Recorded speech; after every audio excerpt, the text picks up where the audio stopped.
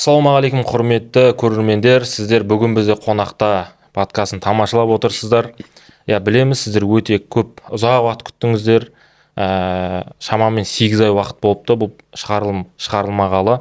Бұйырса, қазір Төлеген ұстазымыздан не үшін шығарылмады, және қайтадан бастауымызға не себеп екенін бірге сұрасақ. Ұстаз, осы подкастымыз не үшін тоқтап қалды және бастауымызға не себеп болды?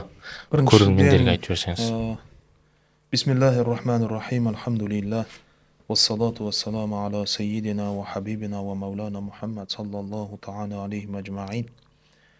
Жалпы біріншіден Алланың қалауы, барлық нәрсе куллу шейин би машиятиллахи та'ала. Дүниеде болатын барлық нәрселер Алланың қалауына байланысты. Екіншіден, шынында біз бір үлкен ағарту академиясы деген жоба бастадық. Сол жобаға сәйкес продукт дайындау, шәкірттердің бәрін концентрациясын бір жерге жұмылдыру. Ол бір үлкен іс, оңай емес. Ол бір телефонный приложение, ол жерде айтишниктер жұмыс жасайды, ол жерде продукт жұмыс жасайды, ол жерде маркетинг жұмыс жасайды, ол жерде сервис жұмыс жасайды, ол жерде сапаны бақылау бөлімі, ол жерде отдел продажа жұмыс жасайды. Осылардың барлығын біріктіру, басын ұстау, былайша айтқанда бізге белгілі бір фокусты талап етті. Сол себептен уақытымыз болмады, қысқашасы. Уақытымыз болмады деген кезде, өйткені бұл сахабалардың өмірін айту кәдімгідей энергия алады. Дайындық керек. Кәдімгідей уақыт талап етеді. Қалай болса солай шыға салсаң, кішкене ұят болады. Қаншама жұмыспен айналсам, бірақ осыған дайындалған сияқты басқа жұмыстарға қатты дайындық жасай алмаймыз. Осы бір шығарылым шығып кеткенге шейін, және ол халыққа дұрыс жетті ма, жетпеді ма, сахабаларға лайықты болған сөзді айта алдық па, айта алмадық па деген сияқты, бұл кәдімгідей үлкен адамда переживание, энергия алады, шыны. Сол үшін бұған кейде бұлай бейжай қарай алмаймыз. Содан кейін бұны бұлай шегердік. Үшіншіден, бұл подкаст шынында андай эмоцияға толы. Адамдардың бәрі жақсы көреді, өйткені ішінде ғибратты әңгімелер бар. Ағарту академиясында біз рационализмді көбірек дамытамыз. Халыққа ойлауға қарай, саналылыққа қарай, нақты салқын қандылықпен қадам жасауға қарай. Онсыз да жаңа эмоциялық тұрғыдан уағыз айтып жатқан адамдар көп. Біз мына жағына қарай өтейік деген секілді осындай ұсыныстар болғаннан кейін, сол жердегі академияның ішінде, спикерлердің ішінде мен ғана осындай эмоциялық уағыз айтады екенмін. Сол үшін бұны кішкене шынында да бәлкім дұрыс қоя тұрамыз ба деген секілді. Бірақ біріншіден Алланың қалауы, екіншіден сіздердің толассыз жазған хаттарыңыз, сіздердің ықыластарыңыздың арқасында кейде кейбір кісілер қарғап жатыр. Сендер өмір сондайсыңдар ғой, бір нәрсені бастайсыңдар да жартыдан тастайсыңдар деген секілді. Осындай нәрселердің барлығын жинақтай келе, әрбір көрген адамдар, мысалға бір сыртқа шығып қалсаң, кездесіп қалса, анау қашан шығады деген секілді осындай нәрселерден кейін сол командамен ақылдаса келе ойландық. Тағы да бір ауыр мәселе бар. Бұл проектті бастаған кезде біз 4-5 адам болып бастағанбыз. Бұл жігіттердің бәрі қазір бітіріп Ақтөбеге жұмысқа кетіп қалды. Біз ана жақта жалғыз қалып қойдық. Одан кейін ең соңғы подкастты сол жердегі балдармен бір шығарып көрдік, бірақ андай не дейді, тады бір кішкене дұрыс емес болып тұр. Адамдар көз үйреніп қалған адамдар жоқ. Бәрі астына жазып жатыр дегендей. Сосын ол балдардың да бұл қаншама 2 жылға жуық тәжірибе ғой бұл. Қайтадан келген кезде анау басынан бастап жатқан секілді болып көрініп жатыр. Одан кейін енді білесіздер, қаражат. Қазір бұл жігітті Алматыға шақырсақ, бұл 5-еуіне билет төлеу керек болады. Жататын жерлер тағы да басқа деген секілді. Амал жоқ, сосын маған ұшып келуге тура келеді. Сондықтан сіздер қолдауды ұмытпаңыздар. Қазір Құдайға шүкір бір кәсіпкер бауырымыз, Алла разы болсын ол кісіден, менің осы жерге келіп кететін билеттерін бәрін мойнына алды. Бірақ бұл жерде тек қана мен емес, бұл жерде осындай команда жұмыс жасайды. Столдың үстінде үшеуміз ғана көрінеміз. Столдың сыртында тағы да бірнеше адамдар жұмыс жасайды. Осы кісілерге де бір Құдай үшін жасап жатыр, ешкімнен ақша сұрап жатқан жоқ. Бірақ дей тұрғанмен бір проект ұзақ уақыт жүру үшін адамдардың дүниялық машия деген бір нәрсе бар. Бұл нәрселерді жақсы шешілсе деп ойлаймыз. Спонсор болатын кісілер болса міндетті түрде жазыңыздар. Одан кейін біз тіпті егер қажет болса, сол спонсор болған адамдардың тауарларын немесе кәсібін осы подкасттың арасында жарнамалап отырмыз. Алла сәтін салсын, бүгіннен бастап осылай қайтадан жолға шығып жатырмыз. Алла соңына шейін жеткізуді бізге нәсіп етсін. Біз негізі жүргіміз келеді, жасағымыз келеді, соңына шейін жеткіміз келеді, бірақ бүкіл нәрсе біз ойлағандай бола бермейді. Біз қалағандай бола бермейді. Сондықтан әрбір нәрсені өзі Алла болдырады, тоқтатады. Біреудің абыройын көтереді, біреуді түсіреді. Сол себептен басымызға не дейді? Алхамдулилла фи кулли халин сивал куфри ва ридда. Бір айтыру алапат жағдай болмаса, қалған басымызға келген нәрселердің барлығына Аллаға мадақ айтамыз иншалла. Құрметті достар, бүгін бізде қонақта подкасты Алматы қаласында болған еді. Енді ерекшелігі қазір Ақтөбе қаласында жалғасын табатын болады. Ұстазымыз Ақтөбе қаласына арнайы келеді. Сондықтан да осы подкастты қолдауды, лайк басып, біздің YouTube парақшамызға тіркеліп, жақындарыңызбен бөлісіп отыруды ұмытпаңыздар. Бисмиллахир-рахманир-рахим. Құрметті көрермендер, бұл подкастты қайта жалғастырып жатқанымызға өте қуаныштымыз, сіздермен қауышқанымызға өте қуаныштымыз. Яғни жаңа Дәулет бауырым айтқандай, осының алдындағы шығарылым 8 ай бұрын салынған екен. 8 ай араға, бұл айтқанда 1 жыл ғой шамамен. 1 жыл араға салып қайта қауышып отырмыз. Және ұстазымыз жаңа айтқандай, осы жерде камерада көрініп отқан осы Дәулет бар, мен бар, одан кейін сыртында қаншама команда, оның барлығы қазір біз Ақтөбедеміз. Ақтөбеде баршамыз діни мекемелерде қызмет жасап жатырмыз. Қазір ұстазымыз Алматыда. Сол ұстазымыз осы бағдарламаны жүргіземіз деп Алматыдан Ақтөбеге келіп, осы ой ұстазымызды күтіп алып, сіздерге осы шығарылымды шығаруға осылай не істеп жатырмыз, подкаст түсіріп жатырмыз. Қолдап қойыңыздар бізді. Енді бізді Аллаға сан шүкір айтамыз. Осындай қайырлы жобада бізді пайдаланғанына иншалла, және де осы жобаның соңына дейін жалғасымды болсын деп иншалла не істейміз, дұға етеміз. Ендеше ұстаз, бүгінгі қонағымыз жаймен таныстырып бастасақ, Алла қаласа. Жалпы бүгінгі қонағымыз әдетінше мен сіздерге бір ақпаратпен таныстыра кетейін. Меккеде дүниеге келген 605 жылы пайғамбарымыз саллаллаху алейхи уассаламға пайғамбарлық берілгенге дейін, яғни 5 жыл алдын дүниеге келеді бүгінгі сахабамыз. Ол сахабамыздың жалпы қоғамдағы өзінің лақабаттары бар.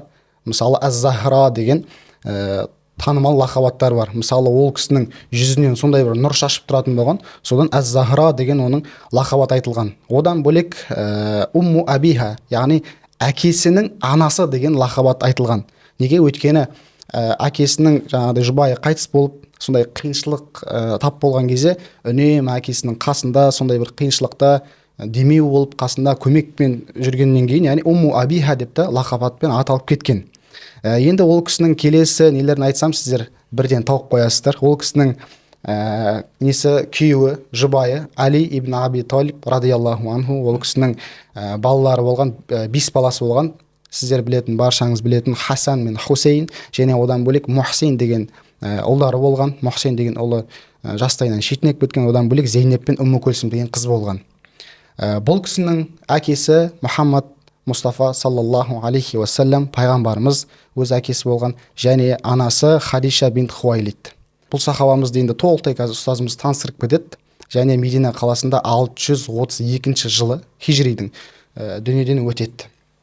Яғни бүгінгі біздің қонағымыз, сахабамыз Фатима бинти Мұхаммад ибн Абдулла. Иншалла бүгін Фатима анамыздың өмірін бастайтын боламыз, Алла қаласа. Бисмиллахир-рахманир-рахим. Алхамдулилlah. Вассалату вассаламу аля сайидина ва хабибина ва маулана Мухаммад саллаллаху та'ала алейхи мәжмаин. Күнделікті жағдайларда қатты қиналатын едік. Бүгінгі тақырыбымыз одан да қатты қиын. Бүгін Алла елшісінің отбасы туралы айтамыз. Және оның ішінде Фатима анамыз ол өз алдына бөлек бір тұлға. Пайғамбарымыз саллаллаху алейхи уассаламның өмірінен, денесінен жалпы бір бөлік. Үнемі пайғамбарымыз солай айтып жүретін. Бүгінгі әңгімені мына мәселеден бастағымыз келеді. Бірде пайғамбарымыз саллаллаху алейхи вассалам сапардан оралады. Оралғаннан кейін күнделікті сүннеті. Адамдар бұны өздеріңізге сүннет ретінде алсаңыздар болады. Және бұны Алла тағаланың жерге жіберілген елшісінің атқарған сүннеті ретінде қабылдасаңыз, бұл ғибадат болады. Үнемі сапардан келгеннен кейін еш қаяққа соқпастан бірінші Мәсжидун Набауиға кіретін. Сол жерге кіріп 2 ракағат намаз оқитын. Өйткені адам сыртқа белгілі бір мақсаттармен шығады. Кейде жорыққа шығады, кейде саудаға шығады, кейде келіссөздер жүргізуге шығады. Осы сапарда жасалған сәттіліктердің барлығына Аллаға шүкір еткен үшін, аман есен еліне оралуға мүмкіншілік берген үшін 2 ракағат шүкір намазын оқиды. Және одан кейін үйіне соқпастан қызы, яғни жан парчасы дейді ғой, денесінен, жүрегінен, рухынан бір бөлік болған бірінші міндетті түрде Фатимасына соғады. Оның хал хатырын білгеннен кейін барып Алла елшісі үйіне келетін болады. 21 күн үлкен сапардан Хайбар шайқасынан келгеннен кейін тура сол 2 ракат намаз оқиды. Одан кейін Фатимасына қарай келатады. Үйінен шығып Фатима анамызда пайғамбарымыз саллаллаху алейхи вассаламды қарсы алып, екеуі бірін бірі құшақтап, иіскеп, сүйіп, пайғамбарымыздың үстіндегі қаншама күннен бері жүріп келе жатқан сапардағы адам ғой, шаңын, тоз, топырақтың барлығын қағып тұрып. Сол кезде Фатима анамыз жылайды: я Расулалла, қашан бітеді бұл қиыншылықтар? Ел секілді стандартты бір өмір сүретін күн келе ма басымызға? Неге үнемі осындай қиыншылықтар, неге үнемі осындай бір-бірімізге сағынышу, неге үнемі бір-біріміздің жанымызда бола алмаймыз деген нәрсені айтады. Сол кезде пайғамбарымыз саллаллаху алейхи уассалам 14 ғасыр бұрын баршамызға осындай бір сообщение айтады. Қызым, жылама дейді.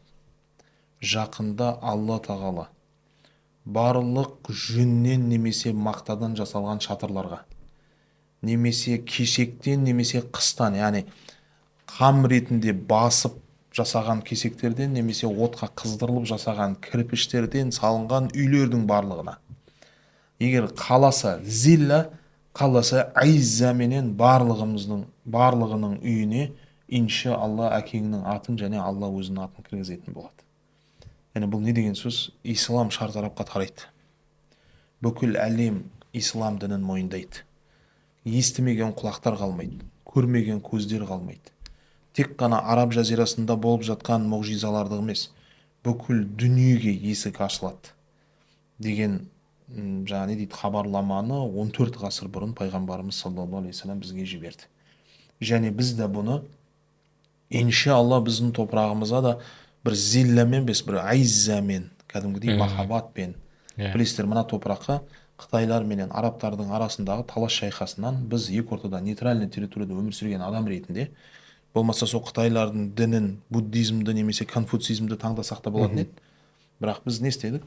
Сол жердегі халық құрбан, құлшылық, адамдарға жақсылық, садақа деген нәрселердің барлығын исламнан көрді. Сол замандағы мұсылмандардың бойындағы керемет сипаттарды көрді. Бір-біріне деген ілтипаттарды барлығын көрді. Тура осы топырақта өмір сүріп жатқан сол халыққа бұрын сол жетпей тұрған еді. Өжет, батыр, территория қорғауда, бір-біріне құрмет көрсетуде өте керемет үлкен мәдениет, өркениет құра білген халық ислам дінін және әлемдік бір дінді дін ретінде қабылдауы, альхамдулилля, біздің топырақтарға бұл бір иззетпен кіргендігі. Жалпы, қадірменді бауырлар, бұл төңіректе мына нәрсені айтқымыз келеді. Жалпы біз әрқайсымыз өзіміздің деңгейіміз жақсы білеміз. Мен өзімнің кім екенімді, қандай деңгейдегі адам екенімді, қалай екенімді жақсы білемін. Және қазір бізге хабарлама жазып, қайта-қайта бізге мынаны жасаңдаршы деп атқан адамдардың барлығы да бір мені жақсы көргендіктен айтып атпағанын да жақсы білемін. Бұлардың барлығы Алланың елшісінің және оның қолында тәрбиеленген сахабаларға деген махаббаты екенін жақсы білемін. Яғни бұны мен не айтқымыз келіп тұр? Бұл топырақтарға айзетпен келген дін анау жүректің түбінде адамдардың ішінде жатыр бұл нәрсе. Жалпы кішкене ғана біздің Алла тағала бізді себепке қалып осы нәрсені кішкене ғана бүйтіп алып келуге ұмтылып едік. Халық өз бетінше сұрап, мысалы бұл маған қатысты бір нәрсе болғанда мен баяғыда тоқтататын едім бұл нәрсе. Өйткені өмірде өте көп уақыт алады, өте көп энергия алады, өте көп жауапкершілік алады. Және соңынан келетін кейбір нәрселерде өте ауыр сөздер келеді. Үшіншіден, алла елшісінің өмірін айтып жатырмыз, оның отбасы туралы айтып жатырмыз, Хадиша анамызды айттық, Айша анамызды айттық, түрлі кейбір нәрселер айттық. Ертең бұл нәрселердің бәрін ақыретте сұрауы болады. Бұл подписчик емес мәселе. Бұл жерде қанша адам қаралды, адамдар не жазды, мәселе ода емес. Бұл үлкен жауапкершілік. Ертең сол сөздердің барлығының артында бір үлкен мәселе шығады. Иә, біз айтып жатқан нәрселеріміздің бәрін өзіміздің ойымыздан бірдеңе айтып жатқан жоқпыз. Біз имам Захабидің Сияр уа Аламун нубаласынан айтып жатырмыз. Устул Ғабадан айтып жатырмыз, Ибн Асирдің. Саадтың табақатынан, тарихынан айтып жатырмыз. Хаджар Асқаланидың Әли Сабасынан айтып жатырмыз. Бірақ айтылып жатқан нәрселердің барлығын біздің заманға сәйкестендіру, қазір халықтың түсінетін тіліне өткізу, және араб тілінен қазақ тіліне аудару. Бүгінгі таңдағы менің санам, деңгейім, түсінігім, менің тіл байлығым, шеберлігім, жеткізуім, осы нәрселердің барлығы араласып жатыр ғой. Араласу барысында мағына бұзылуы мүмкін.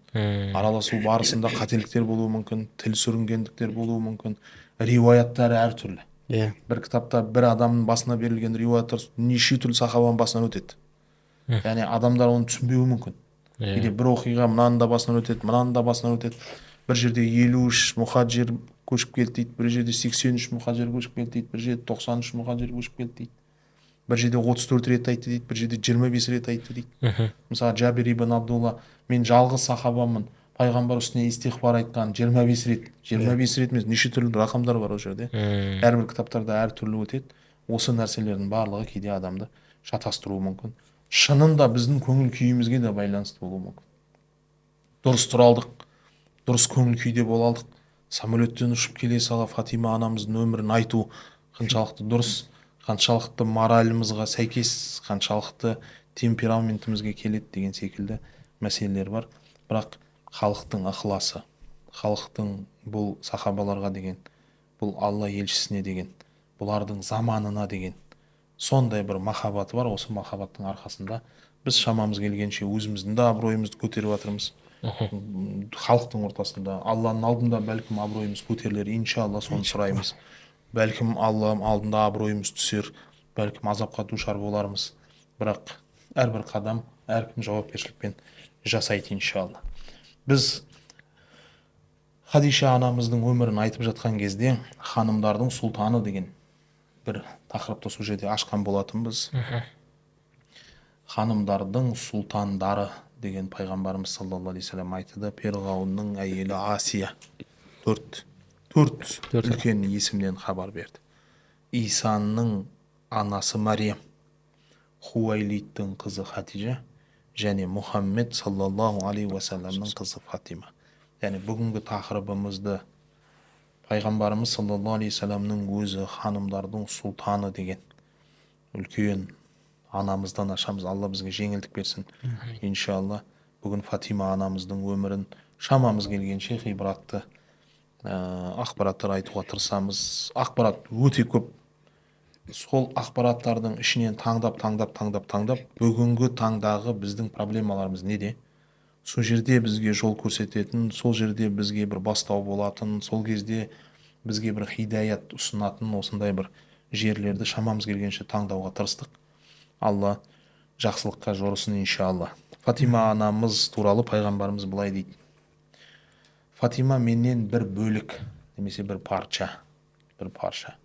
Оны ренжіткен мені ренжітеді.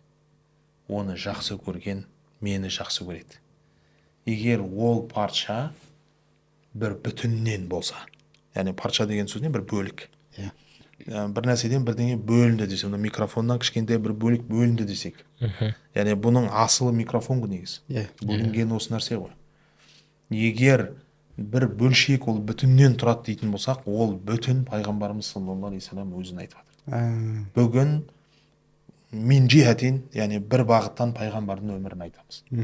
Өйткені пайғамбарымыз саллаллаху алейхи уассаламға өте жақын болған, жанымен жүрегімен жақсы көрген, тіпті бойындағы қасиеттерін, физиологиясына шейін бүкіл нәрсесін соған ұқсатуға тырысқан Фатима анамыз мен жиһатен бүгін пайғамбарымыз саллаллаху алейхи уассаламның өмірінен маңызды нәрселер айтамыз. Фатима анамыз басқа аналарымызға қарағанда ерекше бір бөлігі бар дейді тарихшылар. Өйткені өмірдің бүкіл саласында бұл кісі өрнек болады. Өмірдің барлық саласында. Мысалға кейбір аналарымыз ілімде, мысалға кейбір аналарымыз отбасыда, кейбір аналарымыз қаһармандықта, кейбір аналарымыз тақуалықта, кейбір аналарымыз бала тәрбиесінде. Мысалға әйел адамдардың өмірін айтып келе жатырмыз. Фатима анамыздың өміріне келіп қарайтын болсаңыз, яғни ақпараттарды жинасаңыз, осы таблолардың барлығында бар. Сондықтан бұл кісі өте күрделі кісілерден, өте маңызды адамдардан. Сол үшін айтып жатырмыз, иншалла бүгінгі таңдағы біздің қоғамда болып жатқан проблемаларымыздың басым көпшілігіне иншалла бұл кісі жол көрсетеді деп ойлаймыз. Ұстаз, енді осыған дейін аналарымызды айттық қой, өмірлерін, белгілі бір аналарымыздың өмірлерін айттық.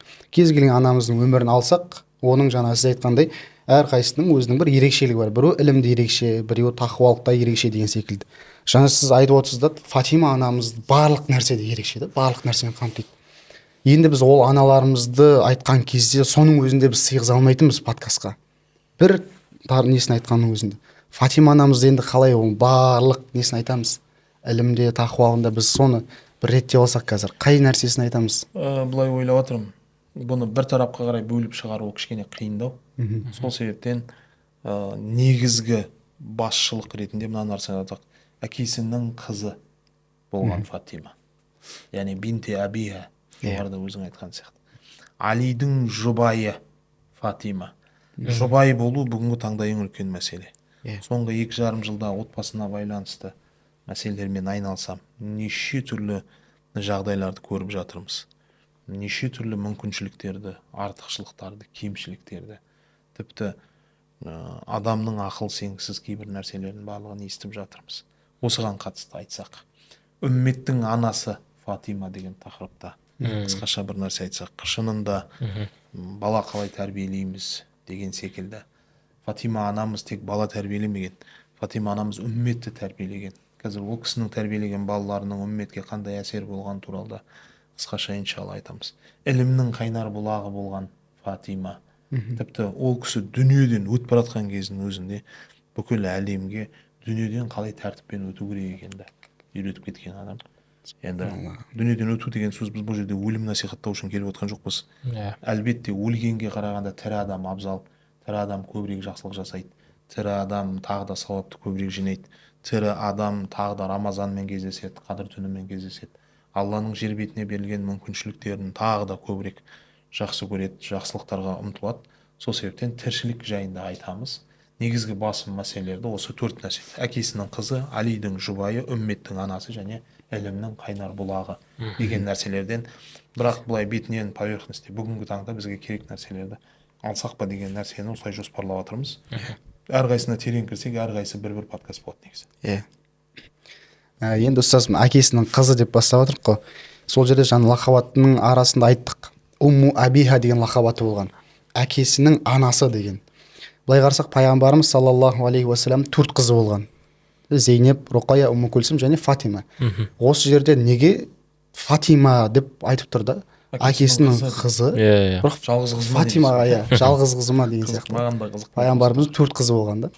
Сол нәрсенен бастап айтсақ иншалла. Жалпы Алла елшісі қысқаша былай тарихи мәселелерді шолу жасап өтетін болсақ, өзінен 15 жас үлкен, бұрын 2 рет тұрмысқа шыққан, 3 рет құрсақ көтерген Хадиша анамызға үйленеді.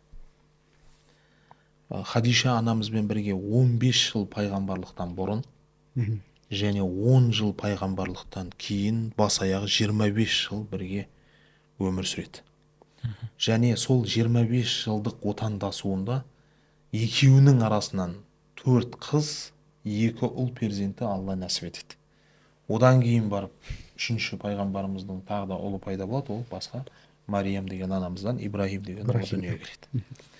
Фатима анамыз Алла елшісі 35 жасқа келген кезде Хатижа анамыз 50 жасқа келген кезде дүниеге келген қыз. Яғни пайғамбарлықтан 5 жыл алды. Пайғамбарымыз 35-те, Фатима анамыз осы уақытта туады. Милади 605 па? 605-те. Осы кезде туады. 5 жыл өткеннен кейін пайғамбарымыз саллаллаху алейхи вассаламға пайғамбарлық келеді. 40 жасында, иә. Жалпы пайғамбарымыз саллаллаху алейхи вассаламның үйіне сүйінші сұралып келеді. Перзентті болдыңыз және қыз тудыңыз деп. Осы кезде пайғамбарымыз саллаллаху алейхи вассалам жүзінде тәбәссүм, қуанған соншалықты жүгіріп, жаңа 6 ер баладан кейін қыз дүниеге келіп жатса түсінемін. Қызаңсап жүрген адамдар, мен бүгінгі күнмен айтып отырмын. Ол күндер қызаңсамайды ешкім негізі. Ол заман сондай заман. 10 еркектен кейін бір қыз дүниеге келсе де соны тірілей көміп жатқан кез ғой. Еркектен еркек туады дейтін заманда. Алдында 3 қызы бар. 4-ші қыз дүниеге келіп тұр. Бала жоқ. Ер бала жоқ. Осы 4-ші қызына бүкіл сол заманда өмір сүріп жатқан араб жазирасына былай өзінің жүзін көрсетіп жатыр былай. Менің қыз дүниеге келді, менің қызым келді дүниеге деп. Адамдардың бәрі сыртынан мына жындама деп жатыр. Онсыз да сенің 3 қызың бар емес пе? Қайғырудың орнына сенікі не қуаныш дегендей. Түсінесіз бе? Фатима анамыз осылай келген ғой дүниеге. Сүйінші сұрап келеді, үйіне пайғамбарымыз саллаллаху алейхи вассалам келеді. Қызын қолына алады, иіскейді, құшақтайды, сүйеді. Сезіне аласыз ба? Сезіне алмайсың әлі балаң жоқ. Тезірек үйлену керек. Түсінесіз бе? Бұл бір үлкен, қалай айтайын, бұл бір бөлек бір сезім. Түсіндіңіз ба? И бүкіл қыздарға, әлемге, қызға қорғаныш болған пайғамбарымыз саллаллаху алейхи вассалам. Қазір осы кезге шейін дүниеге келген қыздардың барлығы, мейлі қай дінде болса, ол дінде болсын, осылардың барлығына криша болған пайғамбарымыз ғой. Қазір біз айтып отырмыз, о, қыз деген керемет, қыз деген анадай, қыз әкесіне жақын, қыз бірдеме деген. Осы түсінікті біздің басымызға алып келген бірінші пайғамбарымыз. Егер пайғамбар бұны алып келмегенде біз қыздарды көміп жүретін едік әлі. Негізінде. Ең алғашқы қыз. Сол үшін қыздарға айтқым келеді. Сіздер пайғамбарымыз саллаллаху алейхи вассаламға 2 есе қарыздарсыз ғой. Ер адам 10 салауат айтса, сен 20 салауат айту керексің. Сенің жер бетінде аяқта абыройлы болып өсуіңе себепкер болған жахилия дәуірінен әйел адамның мәртебесін бүйтіп көтеріп шығарған пайғамбарымыз саллаллаху алейхи вассалам. Хадиша анамыз айтады, ана 3 қыздың да есімін Алла елшісі қойды ғой. Осының есімін өзім қойсам, және сағынып жүрмін шешемді, шешемнің атын қойсам, бұның аты Фатима болса деп жаңа ішінен осылай жоспарлап отыр. Пайғамбарымыз келіп қызды алды, құшағына басты, сүйді, иіскеді деп. Шешемнің атын қоям бұған деді ғой. Хадиша анамыздың көңіл күйі түсіп кетті. Қап Амина болып кетті деді. Пайғамбарымыз саллаллаху алейхи вассалам, шешем десем, анамның орнына шешелік қылған. Анам емес, шешем десем, анамның орнына маған шешелік қылған Фатима бинти Асадты айтып отырмын. Хазіреті Алидің анасы. Абу Талибтің әйелі. Бүгін сенің атың Фатима болсын. Кәдімгідей Хадиша анамыздың жүзіне нұр құйылды дейді. Олай болса, сенің шешеңнің аты Фатима болсын, менің шешемнің де аты Фатима бинти Зайд, менің шешемнің де аты Фатима болсын. Қызымыздың аты Фатима болсын деп, осылайша Фатима анамызға осылай есім қойылды. 5 жасқа келгенде пайғамбарымыз саллаллаху алейхи вассаламға пайғамбарлық келді. Осы кезде мынандай бір жағдай ғой. Үйдегі үлкен қыз Зейнеп Абул Асқа тұрмысқа шығады. Үйден кетіп қалады, үйде жоқ. Одан кейін Руқия мен Умму Гүлсім Абу Жахилдің 2 баласы бар, Утба және Утайба дейді. Осы 2 баласымен атастырылып қойған. Бұлар да кетейін деп тұр. Сол кезде пайғамбарымыз саллаллаху алейхи вассалам, білесіз ғой, андай оқиға бар. Қыздар бой жетіп келе жатыр, иманға келіңдер де аманаттарыңды алыңдар дейді. Хазіреті Абу Бәкір менен Айша анамыздың өмірін айтып жатқанда да тура осындай болған. Пайғамбарымыз саллаллаху алейхи вассалам Абу Жахилге барып айтады, иманға кел, келісіп қойған 2 аманат бар, 2 аманатты ал. Бірақ Абу Жахилмен сөз бұзсады, иманға келмейтін болады, олар алмайтын болады. Осылайша Хазіреті Осман радиаллаху анху Руқияны алып, үйленіп, олар Хабашстанға хижрет жасап кетеді. үйде Умму Күлсім менен Фатима анамыз ғана қалды. Умму Күлсім таңертеңнен кешке шейін шешесінің жанында, Хадиша анамыздың, бүкіл үйдің тіршілігі, как будто екеуі екі баланы бөліп алған секілді ғой. Бүкіл үйдің тіршілігі, шешесіне жәрдем беріп, үйдің бүкіл атмосферасыменен Умму Күлсім айналысады. Фатима анамыз таңертеңнен кешке шейін әкесінің жанында. Әкесінің жанында. Бинти әбиха да осыдан қалған. Пайғамбарымыз саллаллаху алейхи уассалам басқа адамдарға үлгі болу үшін үйіне туған әйелдері, туған қыздарды жасырмайтын болған. Ескіде бір оқиға айттым, естеріңде болса. Бір сахабаның үйінде қыз дүниеге келеді. Көздері сондай ботадай, жаңағы әдемі, ананы кішкентай кезінен жер қойнауына тапсыра алмайды, көме алмайды. Сөйтіп үйлерінде жасырып, тығып, бағып өсіреді. Еркелеп ана қыз өседі, аяғы шыққаннан кейін үйден шығып кете бастайды. Амал жоқ, ойбай, бәленшенің үйінде қыз жүр деген әңгіме шыға бастағаннан кейін барып, әкесі апарып көмеді. Сол жағдай болмас үшін, сондай үйімізде қыз бар дегенде ұялатын халыққа пайғамбарымыз саллаллаху қолына ұстап ертіп жүрді Фатимасын. Пайғамбарымыз бен Фатима анамыз, Фатимату Захра деген атта сол уақыттан шыққан. Жаңағы беті ашық, жүзі жарқын ер адамның қасында әкемнің қызымын деп жүретін бір жағдай не болған қондай бір. Қалай бір парадокс бір жағдай. Бірақ пайғамбарымыз соны жасаған. Тіпті адамдар енді қызды білесіз ғой, ер бала сияқты емес, қыз бәрі тартымды болады, қыз кішкене пысық болады, қыз кішкене адамдармен активный болады, сөйлеседі. Тіпті сол Фатима анамызды кішкентай кезінде сол Мекке халқын барлығы жақсы көріп кеткен ғой. Жарық жүзді, адамдарға нұр шашатын, келгенде адамның көңіл күйін көтеретін деп Фатимату Захра есімі осыдан алынған. Негізі меккелік уақытта ғана Фатима анамыздың түрі туралы табырау бар. Бұдан кейін ешқашан Фатима анамыздың түрі қандай екенін есейген кезде көре алмайсыз. Жалпы осы үшін Бинти әбиха деген тарихта атау қойылған. Арнайы Фатима анамызға ғана. Әкесінің қызы деген ғой. Әкесінің қызы. Жұрттың бәрі сөйтіп айтады ма ғой, әкесінің қызы. Әкесінің қызы. Таңертеңнен кешке шейін әкесімен бірге жүреді. Сол енді жаңа Фатима анамыз Меккеде туылды ғой. Сол енді пайғамбарымызға 5 жыл сайын пайғамбарлық келеді. Как раз сол жер жаңа қиыншылық кезеңі ғой. Барлығы шабуыл жасап жатқан. Сол нәрсе Фатима анамызға қалай тиеді? Фатима анамыз ол жерде не істейді? Фатима анамыз сол басынан өткен қиыншылықтардың кезінде де сол пайғамбарымыз саллаллаху алейхи уассаламмен бірге болады. Абдулла ибн Масуд риуаят етеді.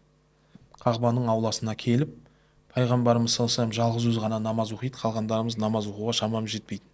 Әлсіз мұсылман болатынбыз дейді. Әлсіз мұсылман. Өзі сол заман сондай болған. Сол Меккеде тұратын, ұруластар көп, абыройлар, атақтар бар мұсылмандар кішкене дұрыс жүрген. Жағдайы жоқ, жетім жесір, құл, сырттан келген қойшы, Абдулла ибн Масуд риуаят етеді, ол қойшы, артында сұрау іздеу ешкім болмаған. Ол айтады, біз ауланың ішінде кіріп емін-еркін жүре алмайтынбыз. Өйткені ашуланған мүшриктер абыройы бар мұсылмандарға зардап бере алмағандықтан бізге келіп, бүкіл тепкіні біз алатын. Ашуын бізден алады дейсіз ғой. Сол үшін білесіз ғой, Абдулла ибн Масудтың өмірін айтып отқан кезде келіп, пайғамбарымыз сен бар ма? Дан мақсаты біріншіден ол кішкентай, өте кішкентай адам еді. Екіншіден оған сен бар ма дегені, сол жерде отқан абыройлы әулетті. 30-дан 40-тан ұруластары бар. Жалпылама санағанда сол ұрудан 300-400 адамдары бар. Адамдар отыр еді, сахабалар. Солар барса, бәлкім мүшриктер оған қатты олай қысым көрсете алмайтын еді. Бірақ Абдулла ибн Масуд амал жоқ, барды, сол жерде таяқ жеді. Сол кісі риуаят етіп жатыр ғой. Біз жаңағы былай қарап тұрамыз ауладан. Барып намаз оқуға да шамамыз жоқ, жәрдемдесуге, көмектесуге де шамамыз жоқ. Пайғамбарымыз саллаллаху алейхи намаз оқып жатқанда Абу Жахил тұрды да жаңадан сойылған түйенің шек қарынын жатыр еді дейді. Мазақ қылып отыр да қасында отқандарға айтты дейді, кім ананы барып Мұхаммедтің үстіне тастай алады дейді. Сол кезде қара жүзді бір Уқба бинти Абу Муайт деген бір кісі бар еді, сол мен деді. Деп жүгіріп барды да қарынды көтере алмады өзі. Бір адам шақырды, екеуі көтере алмады. Тағы да бір адам шақырды, үшеуі көтерді. Кейбір риуаятта 4 адам болды дейді. Көтеріп келді да күтті пайғамбарымыздың сәждеге кеткен уақытын. Пайғамбарымыз сәждеге барған кезде шек қарынды осылай үстіне қоя салды. Тарихшылар суреттейді. жамбасы ғана көрініп тұр дейді. Арқасынан бастап басын толықтай шек қарын басып қалған. Қайтадан пайғамбарымыз орнынан тұрып көтеріле алмады ана шек қарынды көтеріп. Абдулла ибн Масуд еді, біз қарап тұрмыз, сол қарынды жүгіріп барып алып тастауға да бізде шама болған жоқ. Сол кезде тұтқиылдан жасы 11-де кішкентай бинти Абиха, әкесінің қызы Фатима жүгірді дейді. 3 еркектің әрең көтеріп келген шек қарынын жалғыз өзі әкесінің үстінен аударып тастады дейді. Және әкесінің намаз оқып болғанша жанында қорғап күтіп тұрды дейді. Намаз біткеннен кейін құшақтады да жылады дейді. Пайғамбарымыз саллаллаху алейхи уассаламның сол жерде керемет бір сөзі бар. Жылама қызым, әкеңді Алла зәлил етпейді, яғни қор қылмайды. Біз қор болмаймыз негізі. Былай қарасаң, үстінде түйенің шек қарыны илля нәжіс төгілді ол жерде. Фатима анамыз үстінде бүкіл нәжістерді тазалап жатыр. Былайша айтқанда қор болу ғой енді. Қызының көз жасын сүртіп, Алла бізді қор қылмайды негізі. Бұл уақытша бір сынақтар. Уақыт өтеді бәр нәрсе. Бәр нәрсе дұрысталады. Фатима анамыздың жалпы қиыншылыққа байланысты өмірден андай бір нені де айта бергіміз келмейді, негативті де. Онсыз да өмірде негатив толып жатыр ғой. Бірақ пайғамбарымыз Таифта таяқ жеп келген кезде соның бүкіл басы қасында қайтадан аяққа тұрып кеткеніне шейін емдеген Фатима. Неше түрлі ыңғайсыз оқиғалар, әңгімелер бар.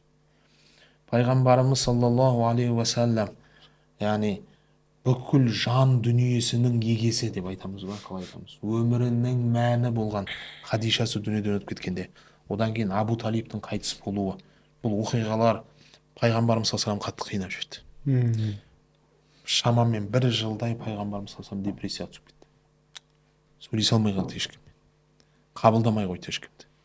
Тек қана дәстүрсіз есіктен кіріп, бүкіл жағдайын жасап, әкесінің хал хатырының барлығын сахабаларға жеткізіп тұрғанда Фатима еді. Сіз білесіз ба, жас қыз ғой, сол кезде 12, 13, 14 жастардағы жас қыз. Анандай қиыншылықтың бәрін ішін бойынан өткізу оңай нәрсе емес. Қандай қиыншылықтар болып жатыр. Жан жақтың бәрі қинап жатыр. Сауда жасамай жатыр, аштық болып жатыр. Қаланың ішінде жүргізбей жатыр. Былайша айтқанда рецидивист бір қылмыскердің қызы болсаң, мысалы, адамдардың барлығы саған қолмен былай шошайтатын болса, қалай өмір сүрер едің? Жастайынан, кішкентай кезінен осы нәрсенің бәрін бойына сіңірді Фатима анамыз. Тіпті хижреттің кезінде білесіздер, қатты қиыншылықтар болды. Осы кездің өзінде пайғамбарымыз саллаллаху алейхи вассаламның жанында кәдімгідей еркекше оған медет, мана бір жерінде Умму Абиха деп қалдың. Тіпті тарихта сол атпен Хадиша анамыз дүниеден өтіп кеткеннен кейін Фатима анамыз пайғамбарымызға ана болып кеткен. Адамдар сөйтіп айтқан, шешесі бар оның қазір. Бүкіл жағдайын жасайтын. Қасында жұбайлары бола тұра Мәдинада. Соның бүкіл жағдайын Фатима анамыз келіп жасайтын болған. Кәдімгідей өзінің баласына қамқор болған ана секілді. Сол үшін кейбір лақабында Умму Абиха, әкесінің шешесі. Менің кішкентай Тамирис деген қызым бар. Мен соған сөйтіп айтамын, әкесінің шешесі. Өйткені шынында есіктен кірген кезде үйде менің жағдайым жасайтын сол. Бірінші жүгіріп келетін сол, шешет, үйдің бәріне тынышталдыр, әкем жұмыстан келді, сен мына жерге жат, шаршадың ғой. Қазір мен шамал арқамды уқалайды, кішкентай ғой енді, бүйтеді, сосын аяққа кетеді. Шай жасаңдар, тамақ жасаңдар, әкем келді, бүйтті. Шынында Фатима ғой. Түсінесіз бе? Яғни мен оған қамқор болуым керек, бірақ ол маған қамқор. Пайғамбарымыз саллаллаху алейхи да Фатима туралы солай болды. Хижреттің кезінде, тіпті сол Меккеде, Мәдинада неше түрлі қиыншылықтар болды ғой. Пайғамбарымыз саллаллаху алейхи таяқ жеді, талай қиыншылықтар болды. Осының барлығында пайғамбарымыз саллаллаху алейхи жанында болған Фатима анамыз еді. Алла рахметіне алсын, разы болсын иншалла. Амин. Ұстаз, енді жалпы хабарлар бойынша осы бүгінгі біздің қонағымыз Фатима анамызды сипаттайтын хабарлар бар ма? Түр келбеті болсын, жүрісі болсын, мінезі деген сияқты. Иә, мен қазір сізге Фатима анамызды сипаттаймын, осы жерден бір үлкен мәселелер шығады өзі ортаға. Айша анамыз айтады, Фатима анамыз жайында. Егер бір адам Алла елшісін таниды, бірақ Фатима анамыз танымайды. Осындай бір адам Фатимамен кездесіп қалса, және қараңыз, маңызда, оның қолын көтеруі, оның сөйлеген сөздері, және оның жүріс тұрысы, яғни походкасын айтып жатыр. осы нәрселерден қарап ақ мынау мұхаммедтің қызы ғой деп айтатын еді дейді. Осындай дәрежеде. Бірақ түрі ұқсайды деп жатқан жоқ. Иә. Фатима анамыздың кішкентай кезіндегі, яғни меккелік дәуірінен басқа мәдиналық дәуірде ешкім түрін көрмеген. Ешкім.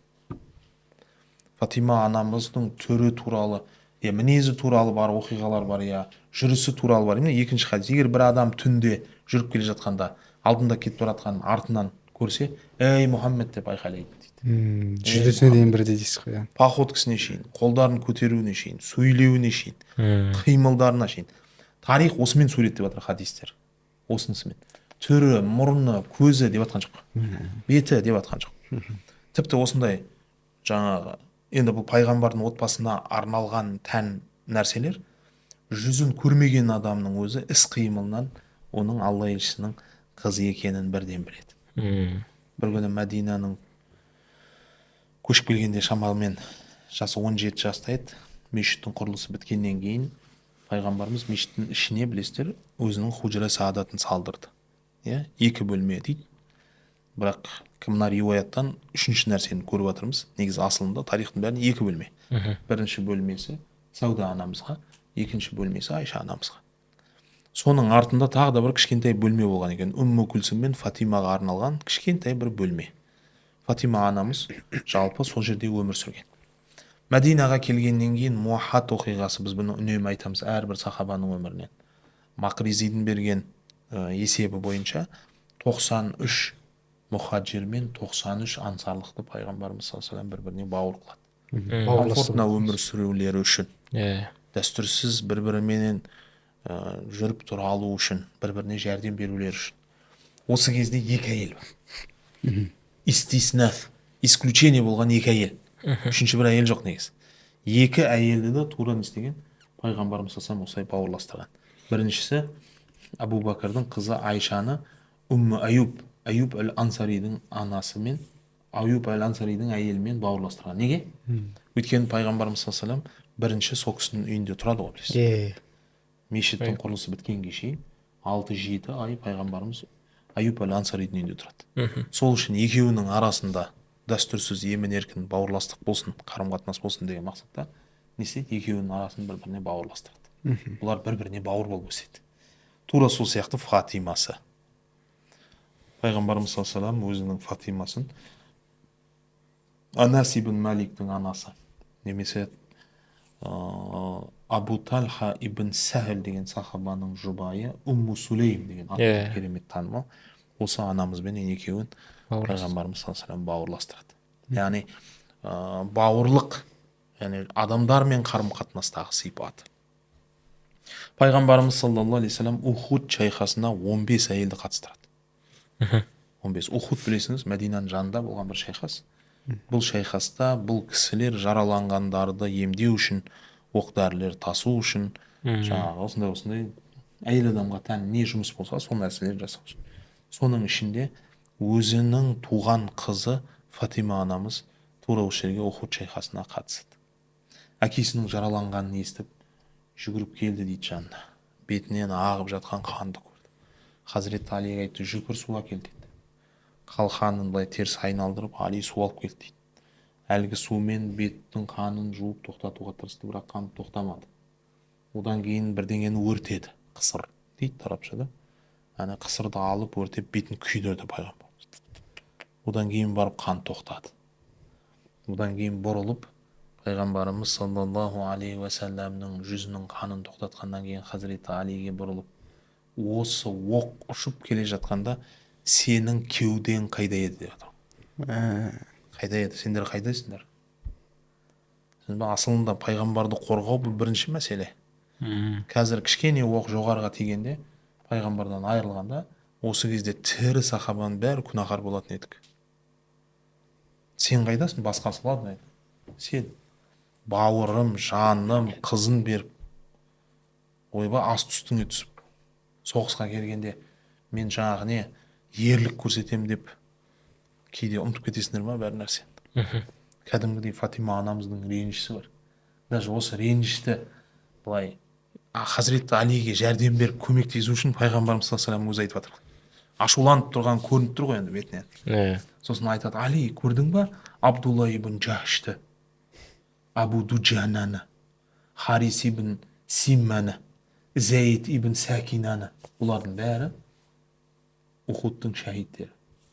Пайғамбарымыз саллаллаху алейхи вассаламның отбасынан Ахлел бейттен болғандар.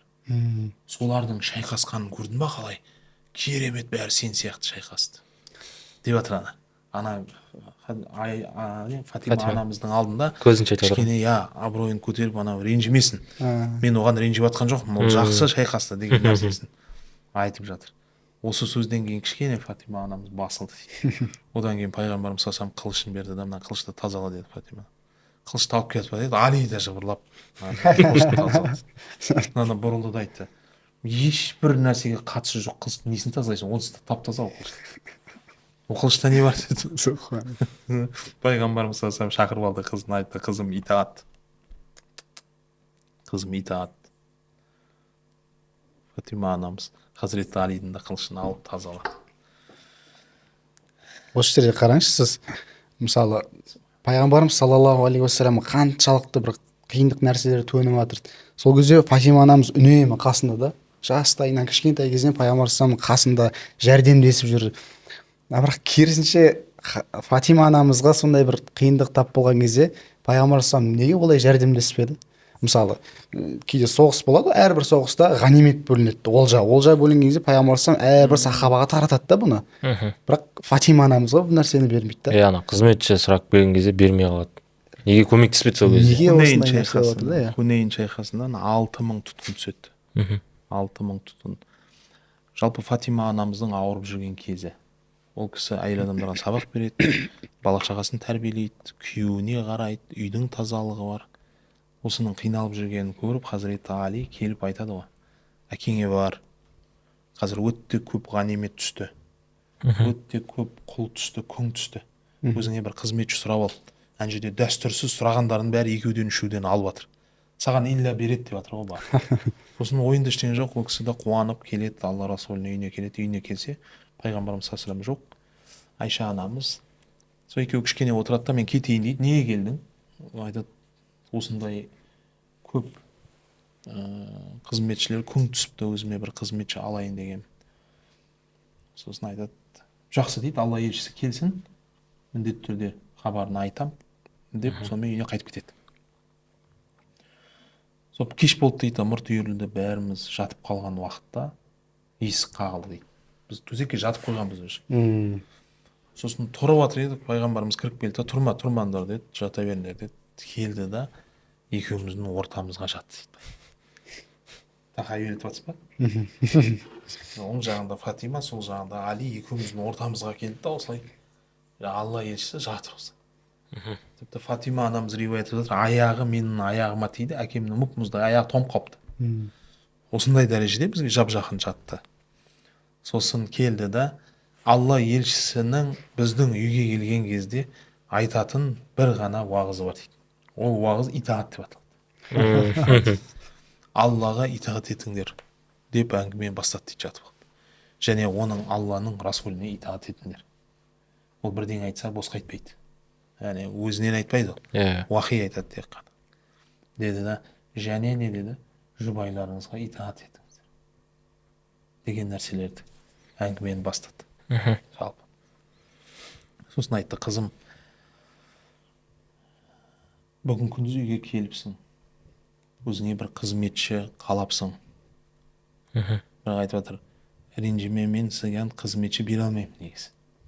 Немесе басқа бір риуаятта суфа аш жатқанда мен Ахлел бейтке қызметші тарата алмаймын деген сияқты. Сол үшін біз Ахлел бейт жалпы діннен сөйлейміз, бірақ ешқашан діннен күн көре алмаймыз. Сол үшін мен саған одан да керемет бір нәрсе айтайын ба? Сендерге бір керемет сыйлығым бар деді пайғамбарымыз. Сыйлығы да керемет негізі асылында. Айтты: сендер әр күні жатардан алдын Субханалла, Алхамдулилля, Аллаху акбар деген нәрсені айтып. Бұл намаздан кейін кісі емес.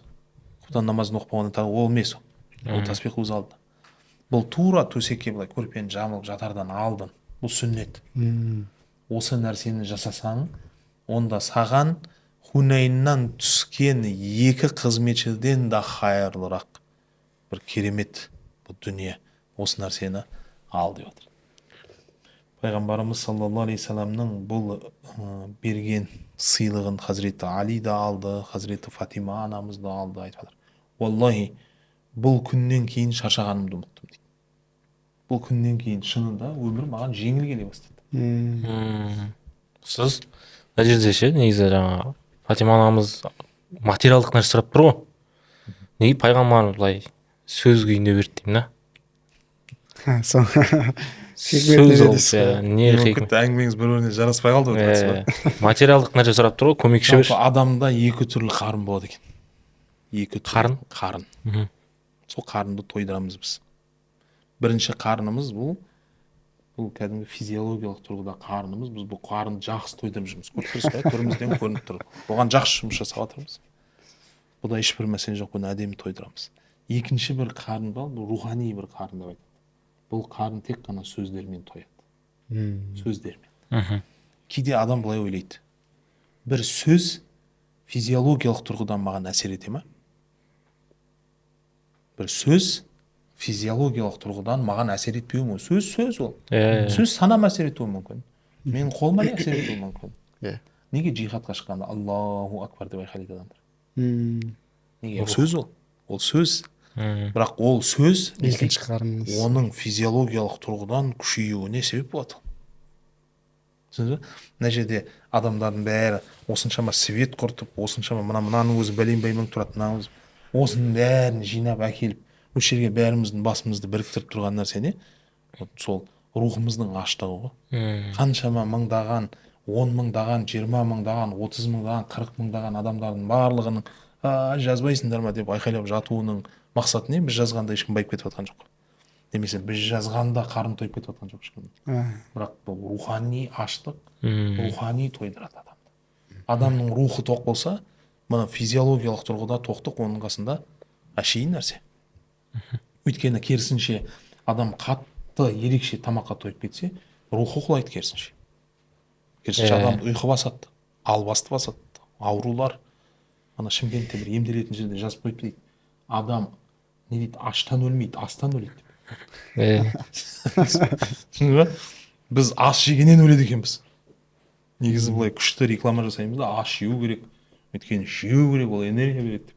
Біздің беріп жатқан, жеп жатқан асымыз бізге энергия бермейтін сияқты негізі.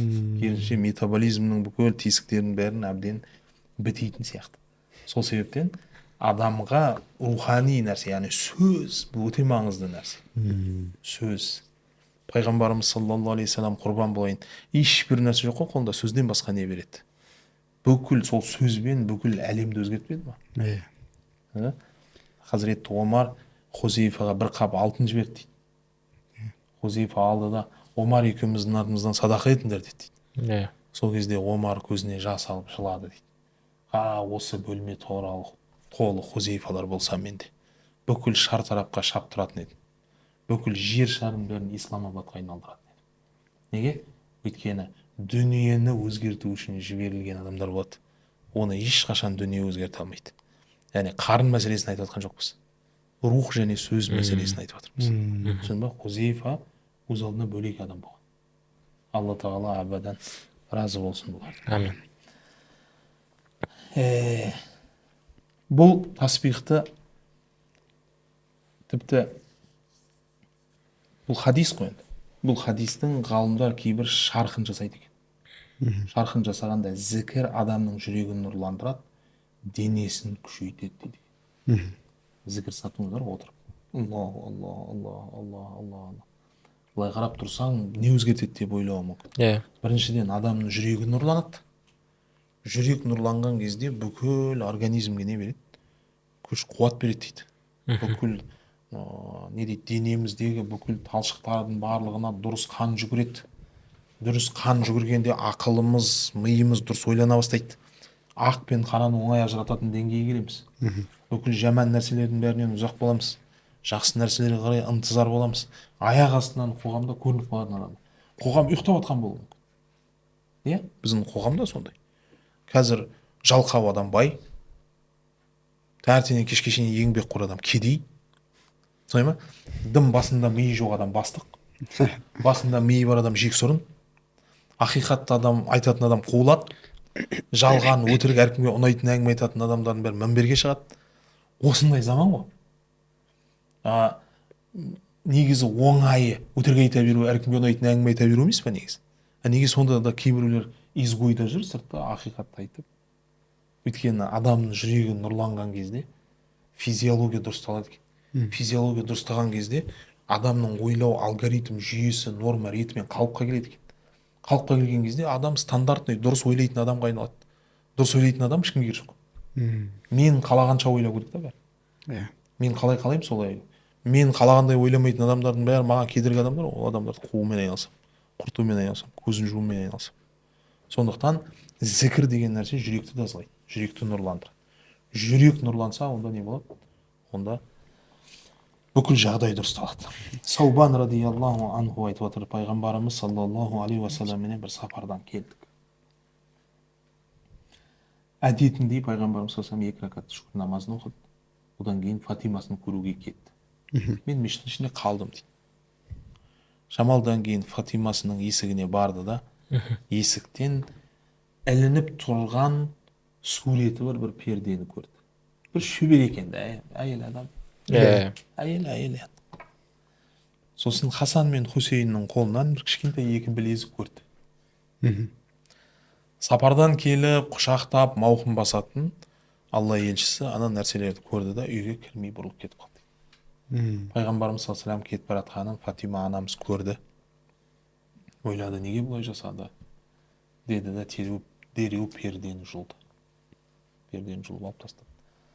Хасан мен Хусейн қолындағы білезіктерді шешіп алды. Кішкентай 2 бала үйді басына көтеріп жылай бастады. Мейлінше тәскен етуге тырысты, бірақ болмады. Амал жоқ, бір білезікті сындырды да 2 оң қолына ұстатты былай. Ол екеуі оған да көнбей далаға шығып жүгіріп пайғамбарымыз саллаллаху алейхи вассаламға келіп жабысты. Пайғамбарымыз 2 немересін құшақтады, бауырына басты, екеуін сүйді. Сосын маған қарады дейді. Саубан радиаллаху анху айтып отыр. Бәленше деген сахабаның үйіне бар дейді. Бар да қызым Фатимаға бір алқа ал. О замандарда алқаның мағынасы не болса, бір алқа ал. Сосын мына 2 қолыныма 2 білезік ал. Білезікті алып келді. Қолдарына тақты, алқаны алды. Қайтадан пайғамбарымыз саллаллаху алейхи вассалам Фатима анамызға алып келді. Қызым болмайды деп отыр. Қызым болмайды бұндай нәрселер бізге. Қиын ба? Ілу болмайды деп отыр ма сөз? Яғни ашекей. Жалпы осындай әп-әдемі болып жүру бізге болмайды деп отыр. Біз не дейміз? Алланың берген нығметін үстімізден көргіміз келеді. Күшті хадис. Хадис бар бұндай. Бірақ бұл пайғамбарымыз саллаллаху алейхи вассаламның отбасына, истисна болған жағдайлар.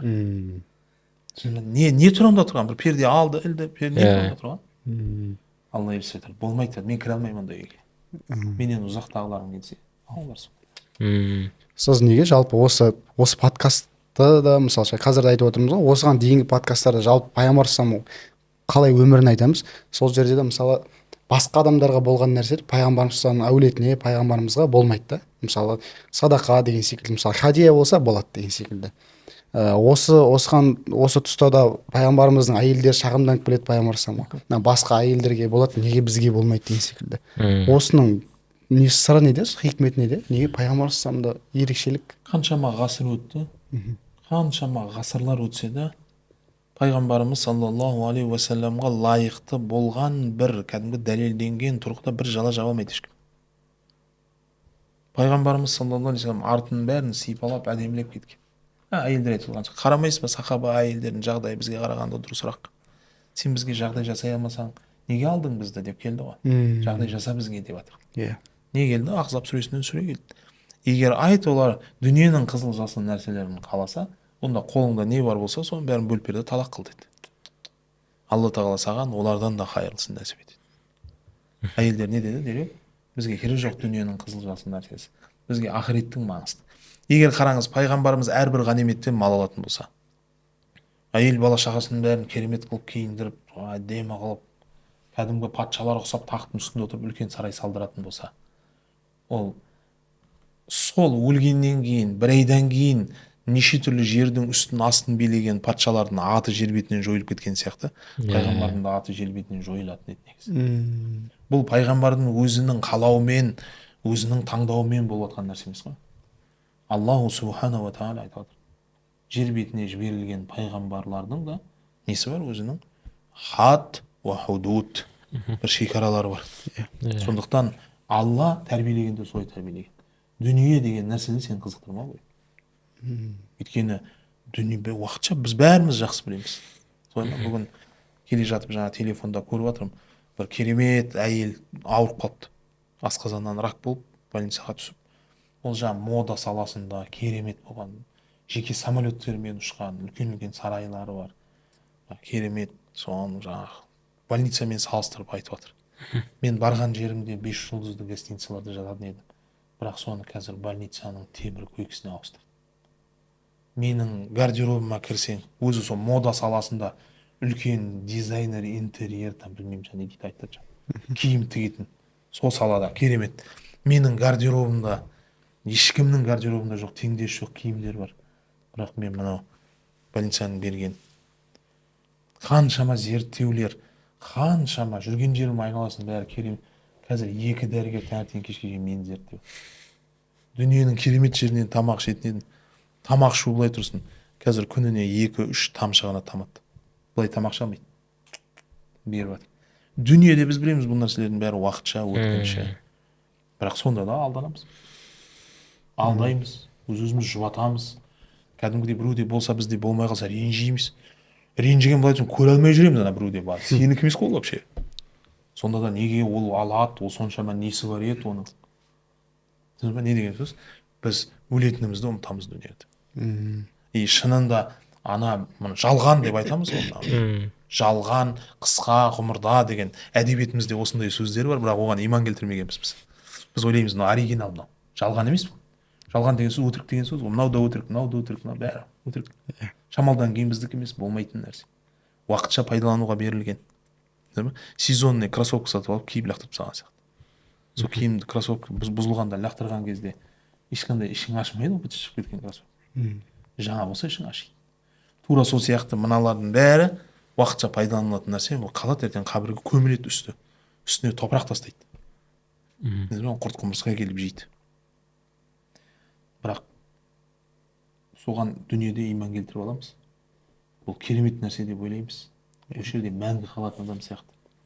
Осы жерде негізгі мекеніміз, тұрағымыз деп айтамыз. Біз ертең қайтамыз деген сөзді ғана айтамыз, бірақ на самом деле иман келтірмейміз ғой. Ауызбен айтамыз, өйткені ол солай айтылу керек күшті. Сондай сөздерді айтса күшті әңгіме айтып жүрген адам сияқты. Шынында қайтатыныңа сенесің бе? Жоқ, сенбейміз. Хасан әл-Басриға бір кісі келіп, сіз уағыз айтқанда бәр нәрсе оп-оңай сияқты болып көрінеді дейді. Уағыз айтасыз жаңа, өледі. Өлу деген бір интиқал деген сияқты. Интиқал, переход қой. Переход. Қалай ол енді? Сіздің қасыңызда отқанда ол бір переход, бір далаға шықсақ дейді, өлім қорқытады дейді бәріміз. Өлгісі келмейді ешкімнің. Неге? Неге? Өйткені сен мына жерге иман келтіріп алғансың. Мына жерде бүкіл жағдайды жасағансың. Осы жердегі ләззатты, рахаттарды көргің келіп тұр. Ана жаққа дым жасамағансың. Ана жақтың жағдайын жасамағансың. Ол жаққа мебель алмағансың.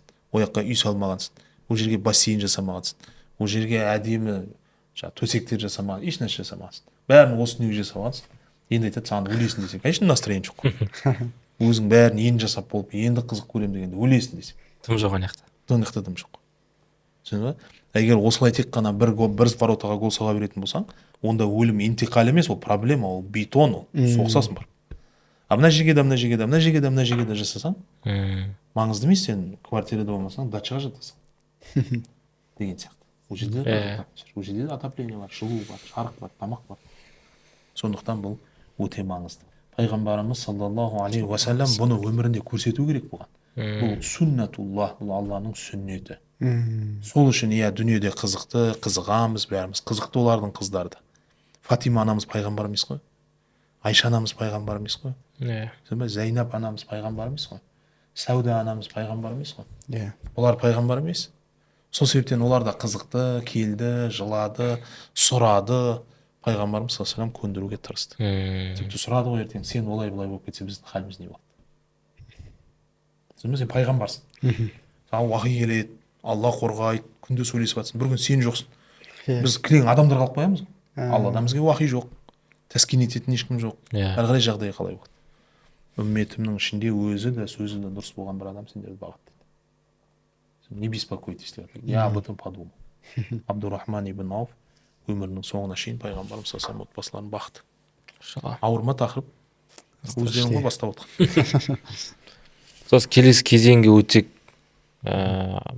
Фатима анамыздың жалпы отау құруы, тұрмысқа шығуы, сол Әли радиаллаху анхумен танысуы жайында айтсақ. Өте қызық па? Үйленбегендер үшін қызық бұл тақырып дейсің.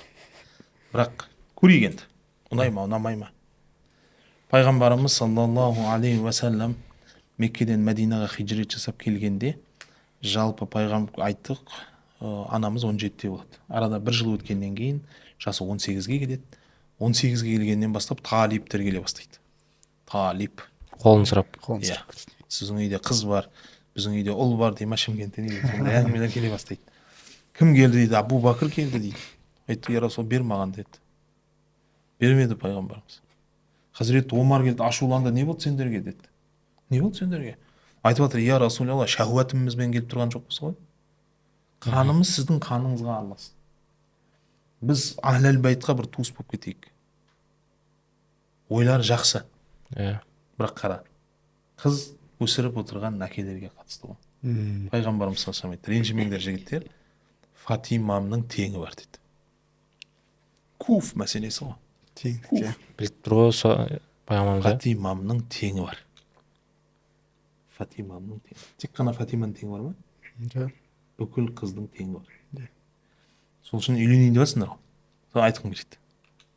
Өткенде сөйлесе алмай қалдық сенімен. Тең деген не деген сөз? Адамдарға теңдік туралы сұрасам, тең ба саған десем, не дейді олар? Я өзіміз сияқты қарапайым семьядан. Күшті әңгіме.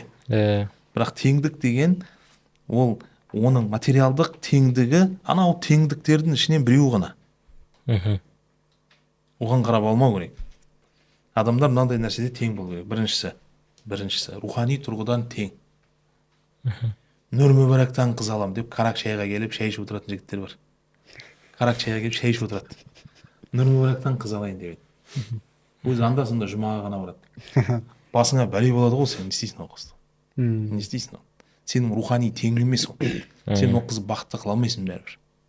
Сен отбасыңа келгенде ана ойлайды ка, Нұр мүбәрактан қыз келсе үйімде берекем, саудам жүріп кетеді, керемет болып кетеді, күшті болып кетеді. Олай емес ол. Еще ойлайды, мынандай қыздар жаман ақша сұрайды, мыналардың бәрі тақуа ақша сұрамайды, ертең ішіп отыр. Олай да емес ол. Проблема көз Нұр мүбәрактан шыққан қыздар болуы. Бұл рухани тең болмағаннан кейін сен оған жағдай жасай алмайсың, сен оған дінге көңіл бөле алмайсың, зікір салу керек, тақуа, тәһәжжүдке тұрады, сен ұйықтап жатасың. Хақсыздық болады. Екіншісі интеллектуалды тұрғыда теңдік, психологиялық тұрғыда теңдік, іліми тұрғыда теңдік. Өзің таксисің, әйелің доктор. Үйге келіп таксистердің әңгімесін айтасың ғой. Күнзаққа таксисті тыңдап тұрып әңгіме айтасың, мә ананы ішсе мындай болып кетеді екен. Оған қызық емес дейсіз ғой. Жоқ, қызық емес айтады. Мә мынандай бірдеме мынаны бүйтіп қайнатып, ананы бүйтіп ішсе, анау бүйтеді екен, сөйтеді екен. Сен естігеніңді айтып тұрсың таксистерден. Ол әйел доктор айтады, тұра тұршы. Біріншіден бұл табиғатында, затында ол мынандай элемент. Сенің метаболизмің былай жұмыс жасайды. Сен ол метаболизмге келгенде ол керісінше побочный эффект береді. Олай дұрыс емес қой шу. Екінші күн таксистің әңгімесін айтып кеттің, саған ғылыми дәлел. Үшінші, в общем, шамал деген анаумен әңгіме айту бесполезно болып қалады ғой. Не айтсаң да раддия ғой бәрі. Жауап қояр десең ба? Сондықтан сен өзің теңді. Психологиялық тұрғыдан бүйтіп не дейді жаңа, жер қылып жіберетін әйелдер бар, еркекті. Үйіне қона алмай, машинада қонып жүретіндер бар. Үйіне бара алмай. Қарапайым семьядан бірақ. Түсіндіңіз бе? Сол үшін куф деген нәрсе, Фатимамның теңі бар дегенде Алла елшісі босқа нәрсе айтып тұрған жоқ. Жабир ибн Абдуллаға келіп, Абдулла, сен үйлендің ба? Үйлендім. өзің сияқты жап-жас, әдемі, керемет бір қызға үйленген шығарсың, иә деп. Бұл Алла елшісінің сөзі. Өзің сияқты жап-жас, әдемі, көп туатын, сондай бір әйелге үйленген шығарсың. Ана сөзді естіген кезде Жәбір ибн Наср түсіп кеткен. Жоқ деді, я Расулалла, ажырасқан жесір бір әйелге үйлендім. Жасы да үлкен. Неғып үйттің? Сенің халің одан да жақсысына лайық еді ғой. 9 қарындасым бар. Әке шешем жоқ. Маған әйел, оларға да ана болсын. Соларды ойлап осыны алды. Жалпы пайғамбар не деп жатыр? Өзің сияқты жас, көп туатын, ойнап күлетін, сөздерің жарасатын, Теңін. осындайға үйленуің керек еді ғой негізі деп жатыр асылында. Сол себептен не дейді? Нем бар? Фатиманың теңі бар. Фатиманың теңі бар. Жалпы Фатима анамыз 18 жыл Меккеде тұрды. 18 жыл Меккеде.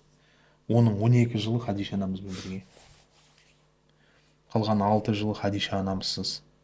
Одан кейін Мәдинаға хиджрет жасады. Мәдинада 11 жыл тұрды. Ол 11 жылдың 2 жылы әкесімен бірге. Қалған 9 жылы Али. Хазіреті Алимен бірге. Пайғамбарымыз саллаллаху алейхи салам қайта-қайта адамдар талип келе берген білді да не істеді? Үйлендірейік деді, мына қызды тұрмысқа берейік. Үмму Айман анамызға айтты, сен қызды дайында, одан кейін Хазіреті Алидің үйіне апар, мені сол үйде күтіңдер деді. Біліп тұр ғой сөз. Қараңыз. Қыз дайындалды, сосын не істеді? Жігіттің үйіне жіберілді. Сол үйде дайындалды. Менің келгенімді күтіңдер. Жақсы деді, үйіне апарды, қызды күтті, үйде ешкім жоқ. Пайғамбарымыз саллаллаху алейхи вассалам келді, қызын құшақтады, сүйді, иіскеді, жан парчасы ғой. Сосын соның оң жағына отырғызды да, бауырым қайда деді. Үмму Айман анамыз айтады, бауырың кім? Бауырым Али. Сен қызықсың дейді. Бауырым деп аласың да, сосын сол бауырыңа өзің қызыңды бересің ба, қалай ол? Пайғамбарымыз саллаллаху алейхи вассалам күлді. Менің дүние және ақырет бауырыма мен қызымды беруімнің ешбір кедергісі жоқ. Шақырыңдар менің бауырымды. Хазіреті Али келді. Оны да алды, құшақтады, иіскеді, сүйді, оны сол жағына отырғызды. Сосын алды да, мына той айтып жатырмын қазір, той болып жатыр. Сіз анандай елестетіңіз. Гулянка ма дейсіз, помада. Бұл сондай уақыт қой, сол заманда солай болып жатыр. Маған не алып келді деді? Күміс ыдысқа құйылған су алып келді. Күміс ыдыспен су алып келді. Сосын пайғамбарымыз алды да сол судың ішіне былай қолын батырды. Сосын алды да Фатима анамыздың көкірегіне. Үмму Айман анамыз айналдырды. Қолын қайтадан батырды да арқасына. Одан кейін қайтадан Хазіреті Алидің көкірегіне айналдырды да Хазіреті Алидің арқасына. Әрбір себетін кезде несе суға жаңадан қолын батырды. Осылай жасады да оларға не берді? Дүйін сыйлығын берді дейді ғой. Той сыйлығы. Пайғамбарымыз той сыйлық берді. Не берді деп ойлайсың? Той сыйлық. Тойға подарок алып берген ғой пайғамбарымыз. Мощный подарок. Не ол? Дұға. Сөз ғой, сөз ғой. Алла елшісі керемет сөз алып келді. Мына жерден жазып алсаңыздар болады бәріңіз. Баракаллаху лакума. Барака алейкума. Ва джамаа байнакума фил хайри. Баракаллахума лакума. Яғни Алла тағаланың берекеті сен екеуіңе болсын. Және ол сендердің үстіне алейкумадан мақсат не? Дауама. Және ол келген берекет сендердің үстеріңде постоянно тұрсын. Және Алла тағала сен екеуіңнің араларыңды жақсылықпен, хайырмен біріктірсін деген подарок берді ғой. Бұл некенің дұғасы. Одан кейін Фалақ және Нас сүрелерін оқыды. Екеуін жақсылап құшақтады да пайғамбарымыз саллаллаху алейхи салам үйден шықты кетті. Осылай үйлендірді. Осындай той. Той осындай. Кит. 9 ба не жа? Бар ма жоқ па? Ол сырықта. Мынандай нәрсе бар жігіттер. мен жасым ортаға келді, қазір 45-ке келдім, ойланып жүрмін қазір. Мен де тура сендердің понятиелерің дедім баяғыда. Ну осы бір той жасау керек дейтін ба? 45-ке келгенге дейін, 40-қа келгенге дейін. Бізде қазақта шығын көп та. Ананы бер, ананы ал, ана жерге бар, ананы жаса, бірдеме қатынас, тағы да бірдеме қатынас, ана шай, мындай, алтын бер, ана. Баяғыда үйлену оңай, үй болу қиын дейтін еді ғой. Қазір Екеуі де қиын. екеуі де қиын. үйлену да қиын, үй болу да қиын. Сен ішінен жақсы көрмей тұрсың бұл нәрсені. Мен де солай жақсы көрмейтінмін. Бірақ соңғы кездері ойланып жүрмін. Неге ойланып жүрмін? Өйткені консультация жасаймын отбасыларға. Содан көп нәрсе анализ жасаймын, ойланам. Негізі бұлар дұрыс екен. Жаңағыдай алыс беріс па қалай? Алыс беріс болу. Өйткені екі ел ғой. Айдалада бір-бірді, біреу Қостанай, біреу білмеймін Семей палатинск. Екі жақта жатқан. Олар бір-біріменен араласып туыс болып кетуі бір тойда бір-бірін көріп кездесу жеткіліксіз екен. Олар көп кездесу керек бір-біріне. Бірге ойнау керек, күлу керек, бір-біріне сыйлық беру керек, жақындасу керек. Қаншалықты көп жақындаса алады, соншалықты мына жерде тұрған отбасы берік болады. Тек бір-бірін тойда көрген, одан кейін көрмеген болса, мына жерде қыз бен жігіт ұрысып қалғанда не дейді шешесі? Ішіме сыйған сыртыма сияды, қайт. Екеуі жақсы араласатын болса, хабарласады, құдағай не болып жатыр? Мындай болып жатыр. Ойбай, бүйтпе сен құрсын. Мен мынаны бүйтейін, сен бүйтпе, мынаны бүйтті. Екеуі бірге стратегия құрады. Бір-біріне пас береді. Қысқашасын еткенде, мына жердегі отбасының отанын сақтап қалу үшін мыналар бір-бірімен стратегия құра алатын деңгейде не болу керек? Ара былай бір-біріне жақындасу керек екен ғой. Мейлі ол тамақ бере ма, мейлі ол киім бере ма, мейлі ол алтын бере ма, мейлі просто бірге жинала бере ма, әңгіме айта ма, бір-бірін қайта-қайта шақыра бере ма. Қаншалықты бұл нәрсенің арасы жақын болса, және әрбір шақырылып жатқан там бірдеме қатынас, құдалықтың бір нәрсесі аттары бар өзінің. Осы нәрсенің бәрінің смыслы жаңағы қарай бағытталатын болса, онда мына екеуі ажыраспайды. Осылай тек тойда бірін-бірі көрген, аралан 5-6 жыл өткен ажырасып жатыр. Ешкім ана отбасын қорғау үшін мын жақтың да тарапы, мын жақтың да тарапы не істеп жатқан жоқ, атсалысып жатқан жоқ. Болмаса болмай ақ қойсын. Сөйтіп айтты ма саған, онда бүйтсін, далада жатқан қыз жоқ, бір нәрсе жоқ. Анау бұндай. Ауыр бұл. Қыздарға да айтқым келеді. Кейде мамасының осындай айтқан сөзіне сеніп қалады қыздар. Ішіме сыйған сыймайды негізі. Сыймайды. Мысалы келді, үйінде келінмен баласы бар. Қыз баласымен сол үйге көшіп келді. Ана баласының баласымен, ана қыз баласы екеуі бір-бірімен не істейді? Төбелеседі. Ана қыз қарап отырмайды, ана келінге бірдеме деп сөйлейді. Сосын екеуі бір-бірімен ұрсады. Ең соңында бәрібір не істейді? Қызды шығарып жібереді ғой. Қызды шығарып жібереді. Өйткені онымен еріп келген бала олардың баласы емес қой. Түсіндіңіз ба? Мен қаншама көрдім. Тіпті мен андаймын, кереметпін, анау-мынаумын. Не десе де. Қыз осы кезден бастап түсіну керек та, сосын екен ғой жаңағы. Тас түскен жеріне ауыр дейді. Короче, келмеш деген сөз ғой. Жақтырмаймыз біз сені бәрібір.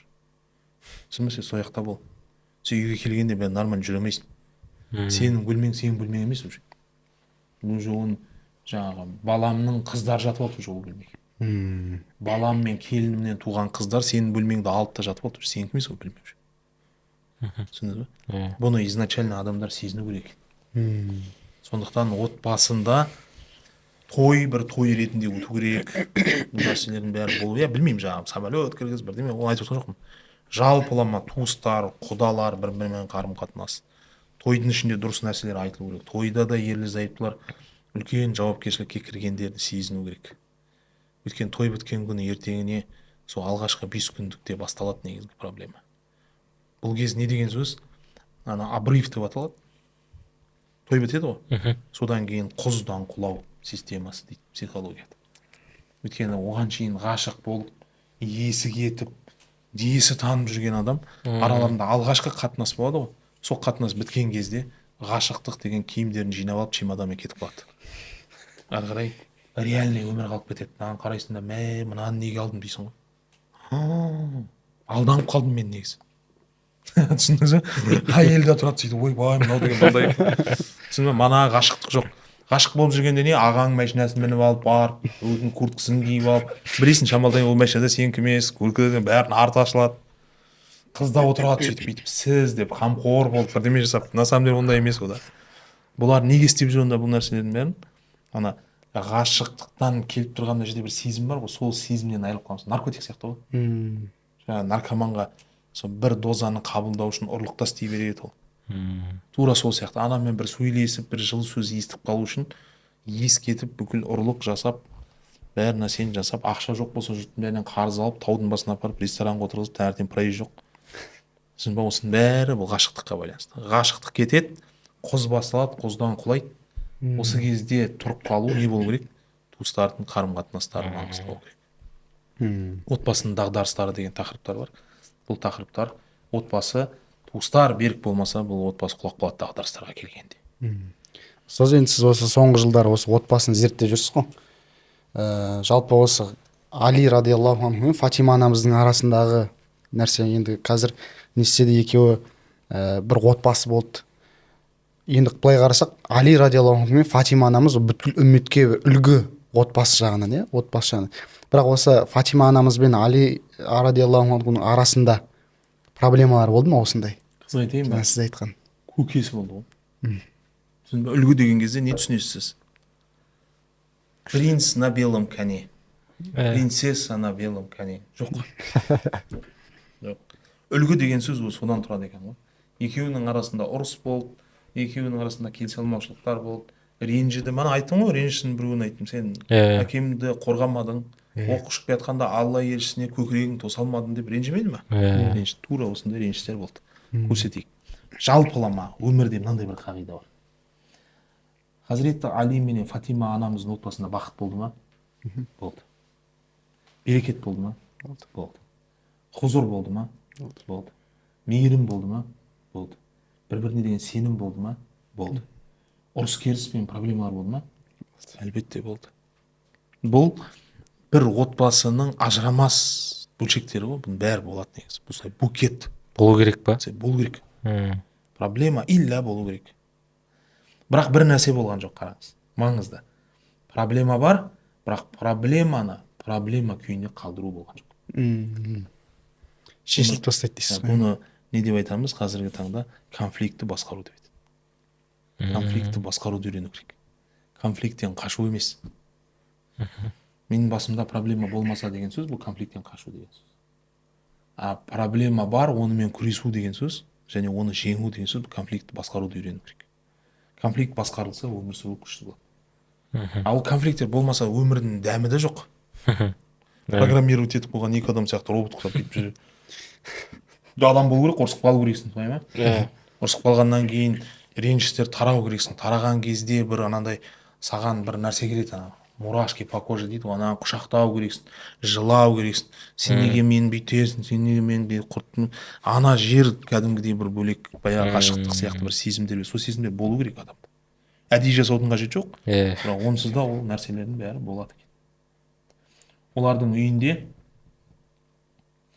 мындай бір нәрсе болды пайғамбарымыз саллаллаху алейхи вассалам жанынан өтіп бара жатыр еді үйдің екеуінің бір біріменен таласып жатқанын естіді таласып жатқанда күліп жатыр енді олай емес мындай емес пайғамбарымыз саллаллаху алейхи вассалам есікті қақты да кірді да мені қуаныштарыңа ортақ қылмайсыңдар ма деді не істеп жатсыңдар сосын тұрып айтып жатыр я расулалла сен алиді ма қатты жақсы көресің мені ма қатты жақсы көресің екеуі қырылып жатыр екен осылай мені жақсы көреді мені жақсы көреді пайғамбарымыз саллаллаху алейхи уассаламның мынандай бір сөзі бар қараңыз маңызды бұл өйткені сөз табы ғой мен алиді жалпы бір бауыр екінші бір бауырын жақсы көрудің бір патологы бар мен оның сыртында алиді жақсы көремін айтып жатыр али сені мен бауырды жақсы көрудің сыртында сені жақсы көремін патологтың үстінде дейсіз ғой фатима бір әке өзінің қызын жақсы көрудің ең жоғары деңгейінің сыртында мен сені жақсы көремін екеуіңді жақсы көрудің позалары екі түрлі мындай сұрақ қояды ғой сен мұсылмансың ба әлде қазақсың ба мен мұсылман болуымның қазақ болуыма не қатысы бар екеуі параллельно бір бірімен былай қиылыспайды мен қазақ мұсылманмын түсінді тура сол сияқты мен сені жақсы көруімнің тақырыбы вообще басқа сені жақсы көрудің тақырыбы вообще басқа ибн аббас риуаят етеді келсем екеуінде көңіл күй жоқ дейді. Сосын сұрадым дейді, не болды сендерге деп. Сол Фатима анамыз тұрды айтты, көке айтшы, мен үлкенмін ғой да Алиден деді. Екеуі ренжісіп отыр екен да осы мәселеге. Сосын Аббас күлді де айтты, сенің туған күні кеше сияқты менің есімде дейді. Өйткені сен мүшриктер Қағбаны қайта тұрғызған жыл дүниеге келдің. Ана тас қою оқиғасы бар ғой. Иә. Сен сол жылы дүниеге келдің. Сол үшін мен сені жақсы білемін. Али болса сенен бірнеше жыл ертерек. Бірнеше жыл емес, 5 жыл ғой. Ана екеуін жұбатқанда әкесі. Екеуің біреуін құрдассыңдар дегендей Иә. әңгімесі. Жалпы Меккенің фатхында, Мекке фатх етілгеннен кейін Меккедегі бүкіл мүшриктердің басым көпшілігі мұсылман болады. Осы кезде Хазіреті Али да енді адам баласы ғой. Абу Джахилдің қызына Джубайриге көз түседі ғой. Мына қыз сұлу екен дейді, айналасында жігіттерге айтатын, мына үйленетін сияқты. Екінші әйел қылып па? Иә. Және бұл қызық оқиға. Пайғамбарымыз саллаллаху алейхи уассаламға жетеді. Сол кезде пайғамбарымыз орнынан тұрады да, бұл сөзді естігенде қара, орнынан тұрады да, ана адамның баласына айтыңдар. Хазіреті Али, бауырым, дүние ақырет бәрі кетті. Адам атын айтпай жатыр ғой, көрдің бе? Адамның баласына айтыңдар. Не деп айтыңдар? Алланың расулы менен Алланың дұшпанының қызы бір некеде бола алмайды. Бұл жерде мынандай нәрсе туындайды. Бұл шариғи бір үкім ба? Бұл Алла елшісінің отбасына байланысты болған ерекше бір қағида ма? Еш нәрсе емес. Негіз еш нәрсе емес асылында. Бұл жерден көп әйел үйленуге бола ма? Болады. Үйленбеуге ше? Үйленбеуге де болады. Үйлендірмеуге ше? Үйлендірмеуге де болады. Ер адамдарға ұнамауы мүмкін, әңгімеміз. Алла елшісінің сөзі бұл. Айтып жатыр, қаласа деп жатқан жоқ. Қызымнан ажырассын да қалағанына үйленсін. Қалағаны деген сөз дұшпанның сыртында да бір нәрсе. Мейлі дұшпан болсын, болмасын, қалғанына да үйленсе болады. Бірақ менің қызымның үстіне басқа бір неке алмасын. Яғни пайғамбарымыз саллаллаху алейхи қаламады. Мынандай бір ой туындауы мүмкін. Алла елшісі өзі көп әйел алды. Өзіне қалайды да қызына қаламай ма? Пайғамбарымыз саллаллаху алейхи вассалам оны шахуат арзуымен алмады оларды. Пайғамбарымыз саллаллаху алейхи вассалам тіпті сол әйелдеріне үйленіп тұрғанның өзінде, Хадиша, Айша анамызды жақсы көрді дегеннің өзінде Хадишадан артық жақсы көре алмады пайғамбарымыз ешкім. Есіңде болсын, Айша, Алла маған Хадишадан хайырлысын берген жоқ деді ғой. Sonra bir gün Ayşe anamız Hadişen senden aldı da орнына Хадишадан да жас мені берген жоқ па? Аллаға шүкір етпейсің ба? Мен хайырлырақ емеспін ба? деп айтты. Есіңде болсын деді. Алла Хадишадан хайырлысын берген жоқ. Пайғамбарымыз саллаллаху алейхи вассалам өзінен 15 жас үлкен адамға үйленді, және сонымен 25 жыл бірге тұрды, және ол дүниеден өткен кезде қатты қайғырды. Тіпті жаңа Фатимасы тұрмысқа шығып жатқанда әкесі біраз үндемей қалды, жылап. Сол кезде қызы келіп құшақтап айтады, әке не болды деді. Хадишам болғанда деді. Хадишамның көретін жері осы жер негізі. Мәдинада тұрса да, Мәдинаның өзінде Хадиша туралы хадистер өте көп. Негізі Хадиша анамыз Мәдинаны көрмеген адам ғой вообще. Меккеде дүниеден өтіп кеткен адам. Пайғамбарымыз саллаллаху алейхи вассалам при первой возможности дейді ғой, бір мүмкіншілік келсе дереу Хадишасын еске алады. Сол үшін мен өзім бір заманда өмір сүрмесем де Хадишадан қызғанғанда ешкімнен қызғанбадым. Әр ісінде олай қылма, бұлай қыл, Хадишам бүйтетін еді. Бүйтпе, бүйт, Хадишам сөйтетін еді. Ауыр тиеді ол нәрсе. Түсіндіңіз ба? Сол себептен пайғамбарымыз саллаллаху алейхи вассаламға келген әйелдердің бәрін жақсы көрді, сұлулығынан, там бір демеден, олай емес ғой. Тіпті сізге хаттасын айтайын ба? Бір сахаба джихадқа кетіп бара жатқанда отбасымды Алла және оның расуліне қалдырдым десе, және сол сахаба сол соғыста шәһид болып кететін болса, сол отбасы автоматты түрде пайғамбарымыз саллаллаху алейхи вассалам отбасы болып қалатын ғой. Жауапкершілігін бәрі пайғамбарға артып қалатын ғой. Асырайды. Түсіндіңіз ба? Сол себептен пайғамбарымыз айтып жатыр. Яғни бүгін қыздардың әкесі туралы айтып жатырмыз. Иә. Қызымның үстіне тағы да бір әйел алған қалым ешбір әке қалмады. Алла елшісі де қалаған жоқ. Болмаса сол заманда біздің заманымыздан да қатты мәшһүр бұл нәрсе.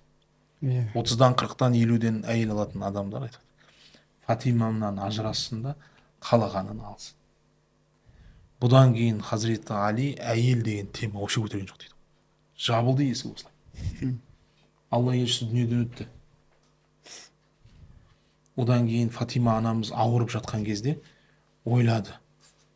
Бұдан кейін қазір мен өліп қалсам 28 жасында дүниеден өтейін деп жатыр. Қазір мен дүниеден өтіп кетсем, жас қой әлі Али. Сол кезде нешеде арасында 5-ақ жас. 33. 33 жасында ешкімге үйленбей қалама деп өзі шақырып алып, сен маған уәде бер, мен дүниеден өткеннен кейін менің жаңағы әпкем Зейнаптың қызы Умамаға үйленем деп уәде бер деп өзіне уәде алады. Мен өлгеннен кейін үйлен соған. Я, әкем үйленбе деді. Бірақ саған үйленуге болады негізі, мен разымын. Сен сол қызды алшы негізі, сол жақсы саған қарайды деді. Саған дұрысырақ болады. Одан кейін барып Хазіреті Али не істеді? Үйленді, көп үйленді. Бір күні ашуланып, Фатима анамыз пайғамбарымыз саллаллаху алейхи саламның үйіне кірді дейді. Үйіне келді. Ішке кірген бойдан Али маған бүйтті, Али маған сөйтті, Али андай, Али мындай. Пайғамбарымыз саллаллаху қартайған заман еді дейді. Орнынан әрең тұрды былай. Жүгіріп қызының алдынан шықты, құшақтады да 4 саусағымен аузын басты дейді. Қызым, отбасыңның сырын ешкіммен бөліспе деді. Ғалымдар айтады, бұл жерде екі үлкен мәселе бар дейді. Адамдарды жақсы көру деген нәрсе неге байланысты? Қалай айтамын сізге? Көңілдің мәселесі, көңілдің. Материальный тұрғыдан жақсы көрем, жаңа не дейді, жаңа я по расчету деген, ондай болмайды, ондай расчетпен жақсы көру деген. Жақсы көру бір-ақ болады. Адам жақсы көрем, расчет деген нәрсе бітеді, ол кезде есік жабылады. Сол үшін айтып жатыр, егер сен қазір бұны маған жамандай берсең, жамандап тастасаң қазір, онда не болады? Шамалдан кейін сен онымен қосыласың да мен оны жақсы көре алмай қаламын. Сол себептен ешқашан отбасының сырын бөліспе бұндай нәрселермен. Бұл болмайды деді. Итаат ету туралы айтты. Итаат. Жалпы біз үммет итаат ететін үмметпіз ғой. Аллаға итаат етеміз. Алланың расуліне итаат етеміз. Араларымыздан шығарылған әмірлерге итаат етеміз. Тоқаевқа итаат етеміз. Тағайындалған бір басшы. Маған ұнай ма, ол ұнамай ма, ол басқа мәселе. Талдыбаев тұр орнына бар десе мен барам. Түсіндіңіз бе? Мен ұнамайсың сен маған бармаймын деп айтпаймын. Неге? Алланың әмірі бұл ма? Мен барым керек. Не үшін? Мына жерде үммет ауызбіршілікте тыныш болу үшін. Түсіндіңіз бе? Егер әйел болсаң, еріңе итаат етесің. Егер бала болсаң, атаңа итаат етесің. Өзі итаат етудің нормаларын бізге шариғат белгіленген. Біз итаат етуші үмметпіз. Мен бала болып әке шешеммен қарсылассам, онда норма бұзылды. Ислам бұзылды деген сөз.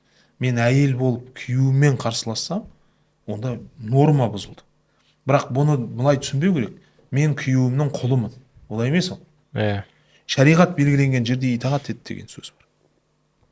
Шариғат итааттың шекарасын қай жерде белгілеген? Менің үйіме келген нәрселер бар ғой. Осы нәрсені менің рұқсатымсыз шығармау керек. Итаат етеді осы жерде. Мен үйге бірдеме алып келдім, әйелім оны алып біреуге бере салуға хақы жоқ. Егер өзінің мүлкі болмаса. Екі, мен жыныстық қатынасқа шақырдым, маған келмеуге хақы жоқ.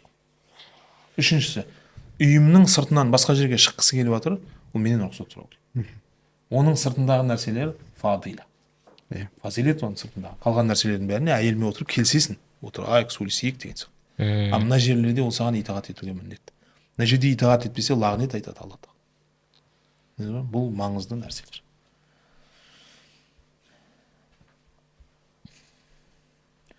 Және Фатима анамыздың қолын алды, өзінің көкірегіне қойды.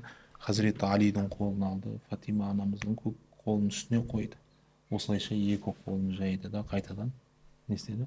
Баракаллаху лакума ва барака алейкума ва жама байнакума фил хайри.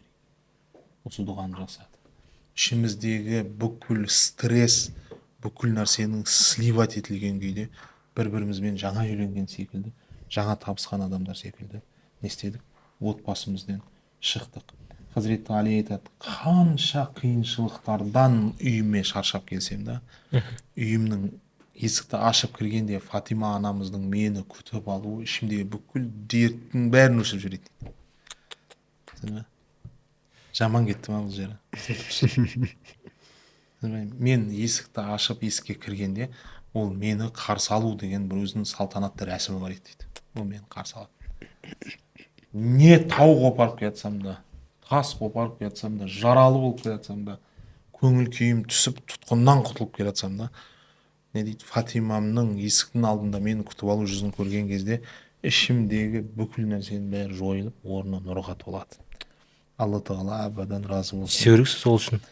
Мықты әйел болу керек пе или сен өзің мықты көре алу керексің ба андай? Яғни өзің мықты болу керексің. мұнасаба деген бір нәрсе бар, бір үйлесімділік деген нәрсе Баланс болу па? керек. Бір үйлесімділік деген нәрсе болу керек. Сондай жалпы. Махаббат үшін күресу керек. Ғашықтық күресті талап етпейді. Ғашықтық сырттан келетін бір нәрсе. Махаббат күресті талап етеді. Түсіндіңіз ба? Қалай күрес? Күрес деген сөз, махаббат деген анандай бір нәрсе. Ғашықтық деген біреуге ғашық болдың, сен өзің еңбектеніп жатқан жоқсың. Ішіңде бір нәрсе пайда болды да қыздырды да сен қызып жүрсің жаңағы. Ұйықтай алмайсың сен. Ұйқы бермей жатыр саған. Аппетит жоқ. Махаббатта ондай нәрсе жоқ. Махаббат өздігінен келетін нәрсе емес. Махаббат жұмыс жасау керексің сен. Кәдімгі дүние жинаған сияқты. Бүйтіп көресің. Тағы да бүйтіп көресің. Мындай екен ғой жазып қоясың. Сосын бүйтсең, ол саған бүйтеді деген сияқты. Ер адамға көбірек құрмет керек. Солай ма? Маған әйелім бүйтсе, мен мына көйлекті алып бердің ғой, күшті болып жүрмін осының ішінде ше. Негізі вовремя алынған, кәдімгідей сап салқын ыстық күнде десе болды ғой маған. Осыдан басқа ешнәрсе керек жоқ па. Әйел адамға келіп, сен деген андайсың ғой, сен деген мындайсың ғой десең қатты ұнай бермейді. Әйел адам. Әйел адамға не бересің? Подарок беру керексің. Әйел адамға мен сені жақсы көремін деп бересің. Сен менің өмірімде мындайсың. Сен мына жерде сонысын қалап тұрсың ба, қаламай тұрсың ба ішіңнен? Болып жатыр ма, болмай жатыр ма? Әуел кезде бұны жасанды түрде айтасың. Сосын шынында о тараптан саған бір құрмет келгеннен кейін өзі сондай, сен махаббат бересің, ол саған құрмет береді. Сен махаббат бересің, ол құрмет береді. Бұны әуел бастан үйрену керек. Ол есіп кеткеннен кейін қиын болады. Жас кезде, жеңіл кезіңде подарка жасау керексің, көңілін аулау керексің, жақсы көретін күнді айту керексің, істеп жатқан істерін бәріне комплимент беру керексің. Мен мына тамақты сен нормамен күшті экономдап істегенсің емес. Мына тамақ менің ішімді жандырып жатыр дейді. Түсіндіңіз бе? Экономдау бүйтті қызық емес оған. Оған эмоциональный бір нәрсе керек. Түсіндіңіз бе? Осыны берсең, ол саған наоборот құрмет береді. Бізді бәрі дәулет қой бізде. Дәкеңнің арқасында ғой бәрі. Дәулет шешеді ғой бәрі нәрсе. Дәулет айтады бізде соңғы сөз. Саған сол ғой керек. Түсіндіңіз бе? Осы мұнасаба болса, бұл баланс деген сөз. Алла тағала бұны солай жаратып қойған негізі. Екеуін былай қылып. Негізі не дейді жаңағы?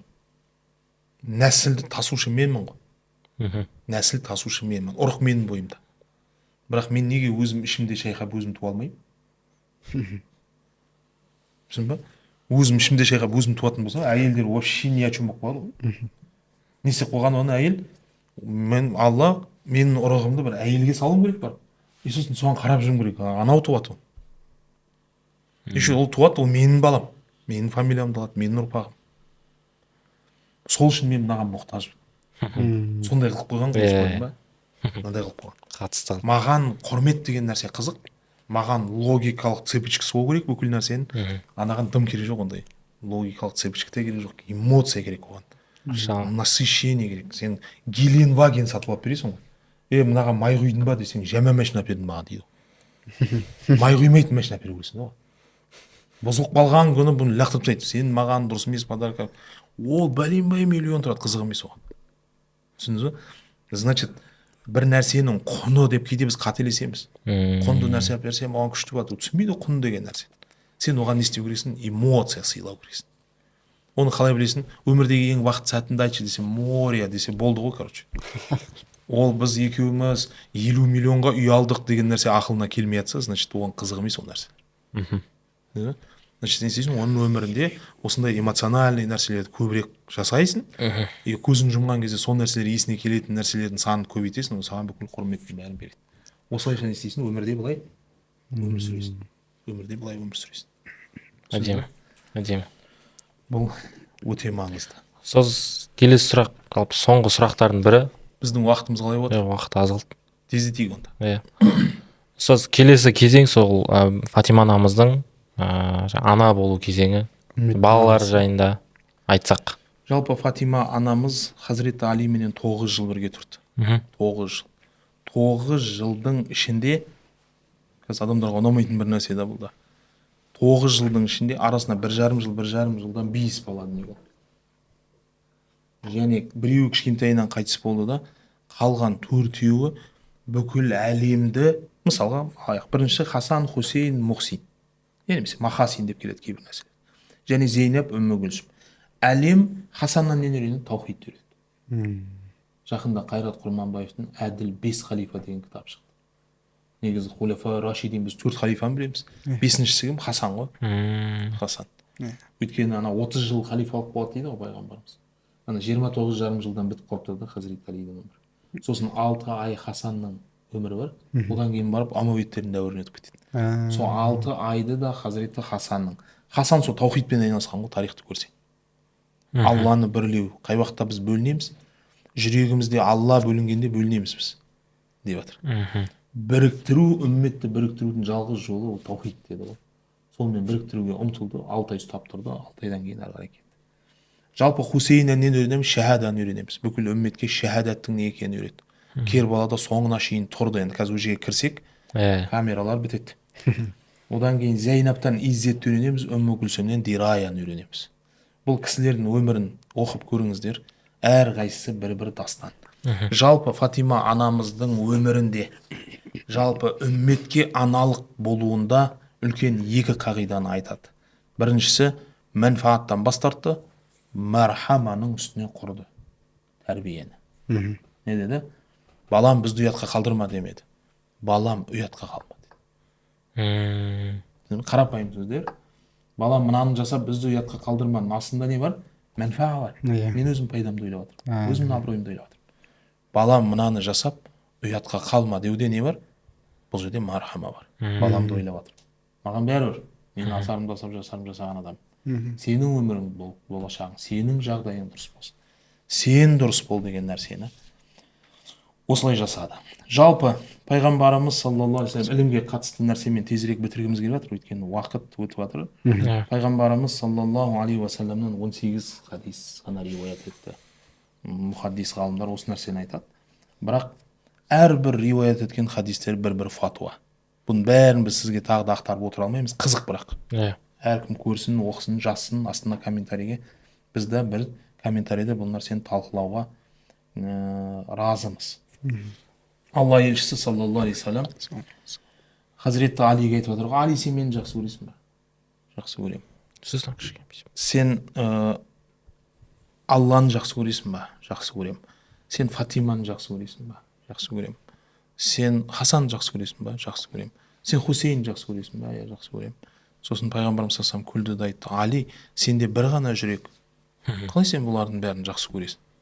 Хазіреті Али, ілімнің қақпасы болған Али жауап бере алмады ғой. Үндемей, қатқан күйінде қалды сөйтіп.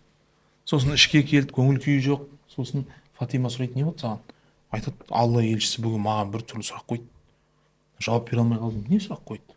Айтып береді осы. Күледі айтады. Барда былай деп айтты. Сен Алланы жақсы көресің бе десе, қалай жақсы көресің? Алланы ақылыңмен және иманыңмен жақсы көресің. Бұл басқа тақырып. Сен мені жақсы көресің бе? Жақсы көремін. Сені рухыммен және иманыммен жақсы көремін. Сен бе иман келтірдім саған. Сенің қасыңда болу менің рухымның азығы. Сенімен бірге болу маған үлкен бір дерман дейді ғой, дәрі береді. Фатиманы жақсы көресің бе? Жақсы көремін. Немен жақсы көремін? Жұбайлық сезіммен жақсы көремін. Яғни адамдық тұрғыдан арамыздағы сезімге байланысты. Мен ұлдарымды да жақсы көремін. Әкелік, рахым және мархаматыменен. Оларға қамқор болуыменен. Өзім жүрген қателіктерді жібергізбеуіменен. Оларға тағы да новый, дұрыс қоғамға бір бағыт бағдар беруіменен. Өзім қателесіп соқтығысқан нәрселермен соқтығыстырмай, идеальный бір рахым және мархаманың үстінде бір үлкен кемел адам жасау тұрғысынан мен оларды жақсы көремін демейсің бе? Кетті, сосын барды. Барды айтты, я Расулалла, мен Алланы мынаның бәрін айтып берді. Пайғамбарымыз саллаллаху алейхи вассалам күлді да айтты, бұл ответ, бұл жауап Алланың елшісінен болған бір парчаның жауабы. Бұл сенің жауабың. Сенің жауабың емес. 28 жылдан әңгіме айтып отырмыз. 28 жыл. уақыттар техникалардың ақаулығынан өзіміздің жазып келген нәрсемізді бітіре алмай тұрмыз ғой негізі. 28 жылдың ішіне, субханалла, адам жалпы ұзақ өмір сүру маңызды емес екен негізі. Адам қалай өмір сүруі маңызды. Асад ибн Зурараның өмірін айтқан кезде де айтқанбыз. Я Расулалла, мен сені осы жерге шақырғанда басымда неше түрлі идеялар бар еді деді ғой. Нелер істейтін едік әлі. Қарашы, мынаны қарашы мен. Мынаны қарашы, төсекке түсіп қалғанымды қарашы. План деген менде. Пайғамбарымыз саллаллаху алейхи көз жасын сүртіп айтып жатыр. Сен не жасауың керек болса, осы исламға соның бәрін жаса. Бұдан артық керек жоқ жаса. Сен и так мынандай патологта тұрсың. Артында көзің қалмасын, бар деді ғой, спокойно болсын. Кішкентай ғана өмір сүрген адамдардың кейде Фатима анамыз да 28 жасында тіпті Жаннатул Бақиға жерленді. Адамдар жерленгеннен кейін бірақ білді ғой жерленген. Менің денеме ешкім қол тимес деді. Менің жүзімді ешкім көрмес деді. Еркек атау бұл. Мен жалғызым қалай көтеремін сені деді ғой Хазіреті. Арбамен сүйре деді. Онда бәлкім сені түнде көмерміз деді. Я түнде көміңдер және шамдарды өшіріңдер деді. Қараңғылықта мені ешкім көрмесін. Өз қолымен көтересің, өз қолымен қоясың. Балалар жәрдем берсін деді. Сырттан ешкімді шақырмаңдар. Түсін бе? Айфа деген бір нәрсе бар кейде. Әйел намысын қорғау деген кезде. Тиктокта прямой эфирде отыру емес екен. Түсін бе? Я, бәлкім Алла елшісінің отбасына қатысты болған бір нәрселер адамдарды бір қиыншылыққа, зорлыққа соқпайық. Бірақ бұл нені көрсетеді? Менің бетім бар екен деп елдің алдына шығып, бүкіл еркектің алдына шығып алып, на показ өзіңді көрсетіп отыруда, бұл да тақуалық емес, бұл да басқа еш нәрсемен ақтай алмайсың. Реті болса, ретімен түнгі сағат 1-де, 2-де прямой эфирде тиктокта басына орамал тағып алған қыздарды көреміз. Бір жақсы ойымыз жоқ қой, қысқашасы. Не ойлауың мүмкін болды? Тәпсір оқытып жатқан жоқ түнгі сағат 2-де. Сондықтан еш нәрсемен ақтай алмайтын нәрселер. Бұл нәрселерді кейде қиын нәрселерді айтып, адамдардың барлығын ескі заман қарай өткізіп жіберу ойымызда жоқ. Бірақ біз онсыз да ескі емес, біз осы заманның да сыртына шығып кетіп жатырмыз. Сондықтан кейбір нәрсе, ифет деген нәрселерді бүгін кішкентай бір-екі ауыз сөзімізден де адамдар үйренсе, етек жеңін жинаса, кішкене не дейді, шекараларды білсе, хат және худуд деген бір нәрсе бар. Алланың қойған шекарасы бар. Алланың қойған худудулла ва хукукулла. Алла белгіленген шарттар мен ережелер мен шекаралар бар. Осы шекаралардың барлығын сақтаса дейміз. Өзі жуындырды, өзі кебіндеді, балаларымен бірге түнде қолмен көтеріп алып келіп, Жаннатул Бақиға Алланың рахметіне тапсырды. Пайғамбарымыз саллаллаху алейхи уассаламнан там ровно 6 айдан кейін Алла елшісіменен қайтадан қауышты. Аллаху субхана ва тағала абадан разы болсын. Егер осы кісілердің шанына, шөһретіне, атағына, абыройына бір нұқсан келтіретін сөздер айтып алған болсақ, басымыз жерге жеткенге шейін кешірім сұраймыз, бұл біздің қателіктерімізден.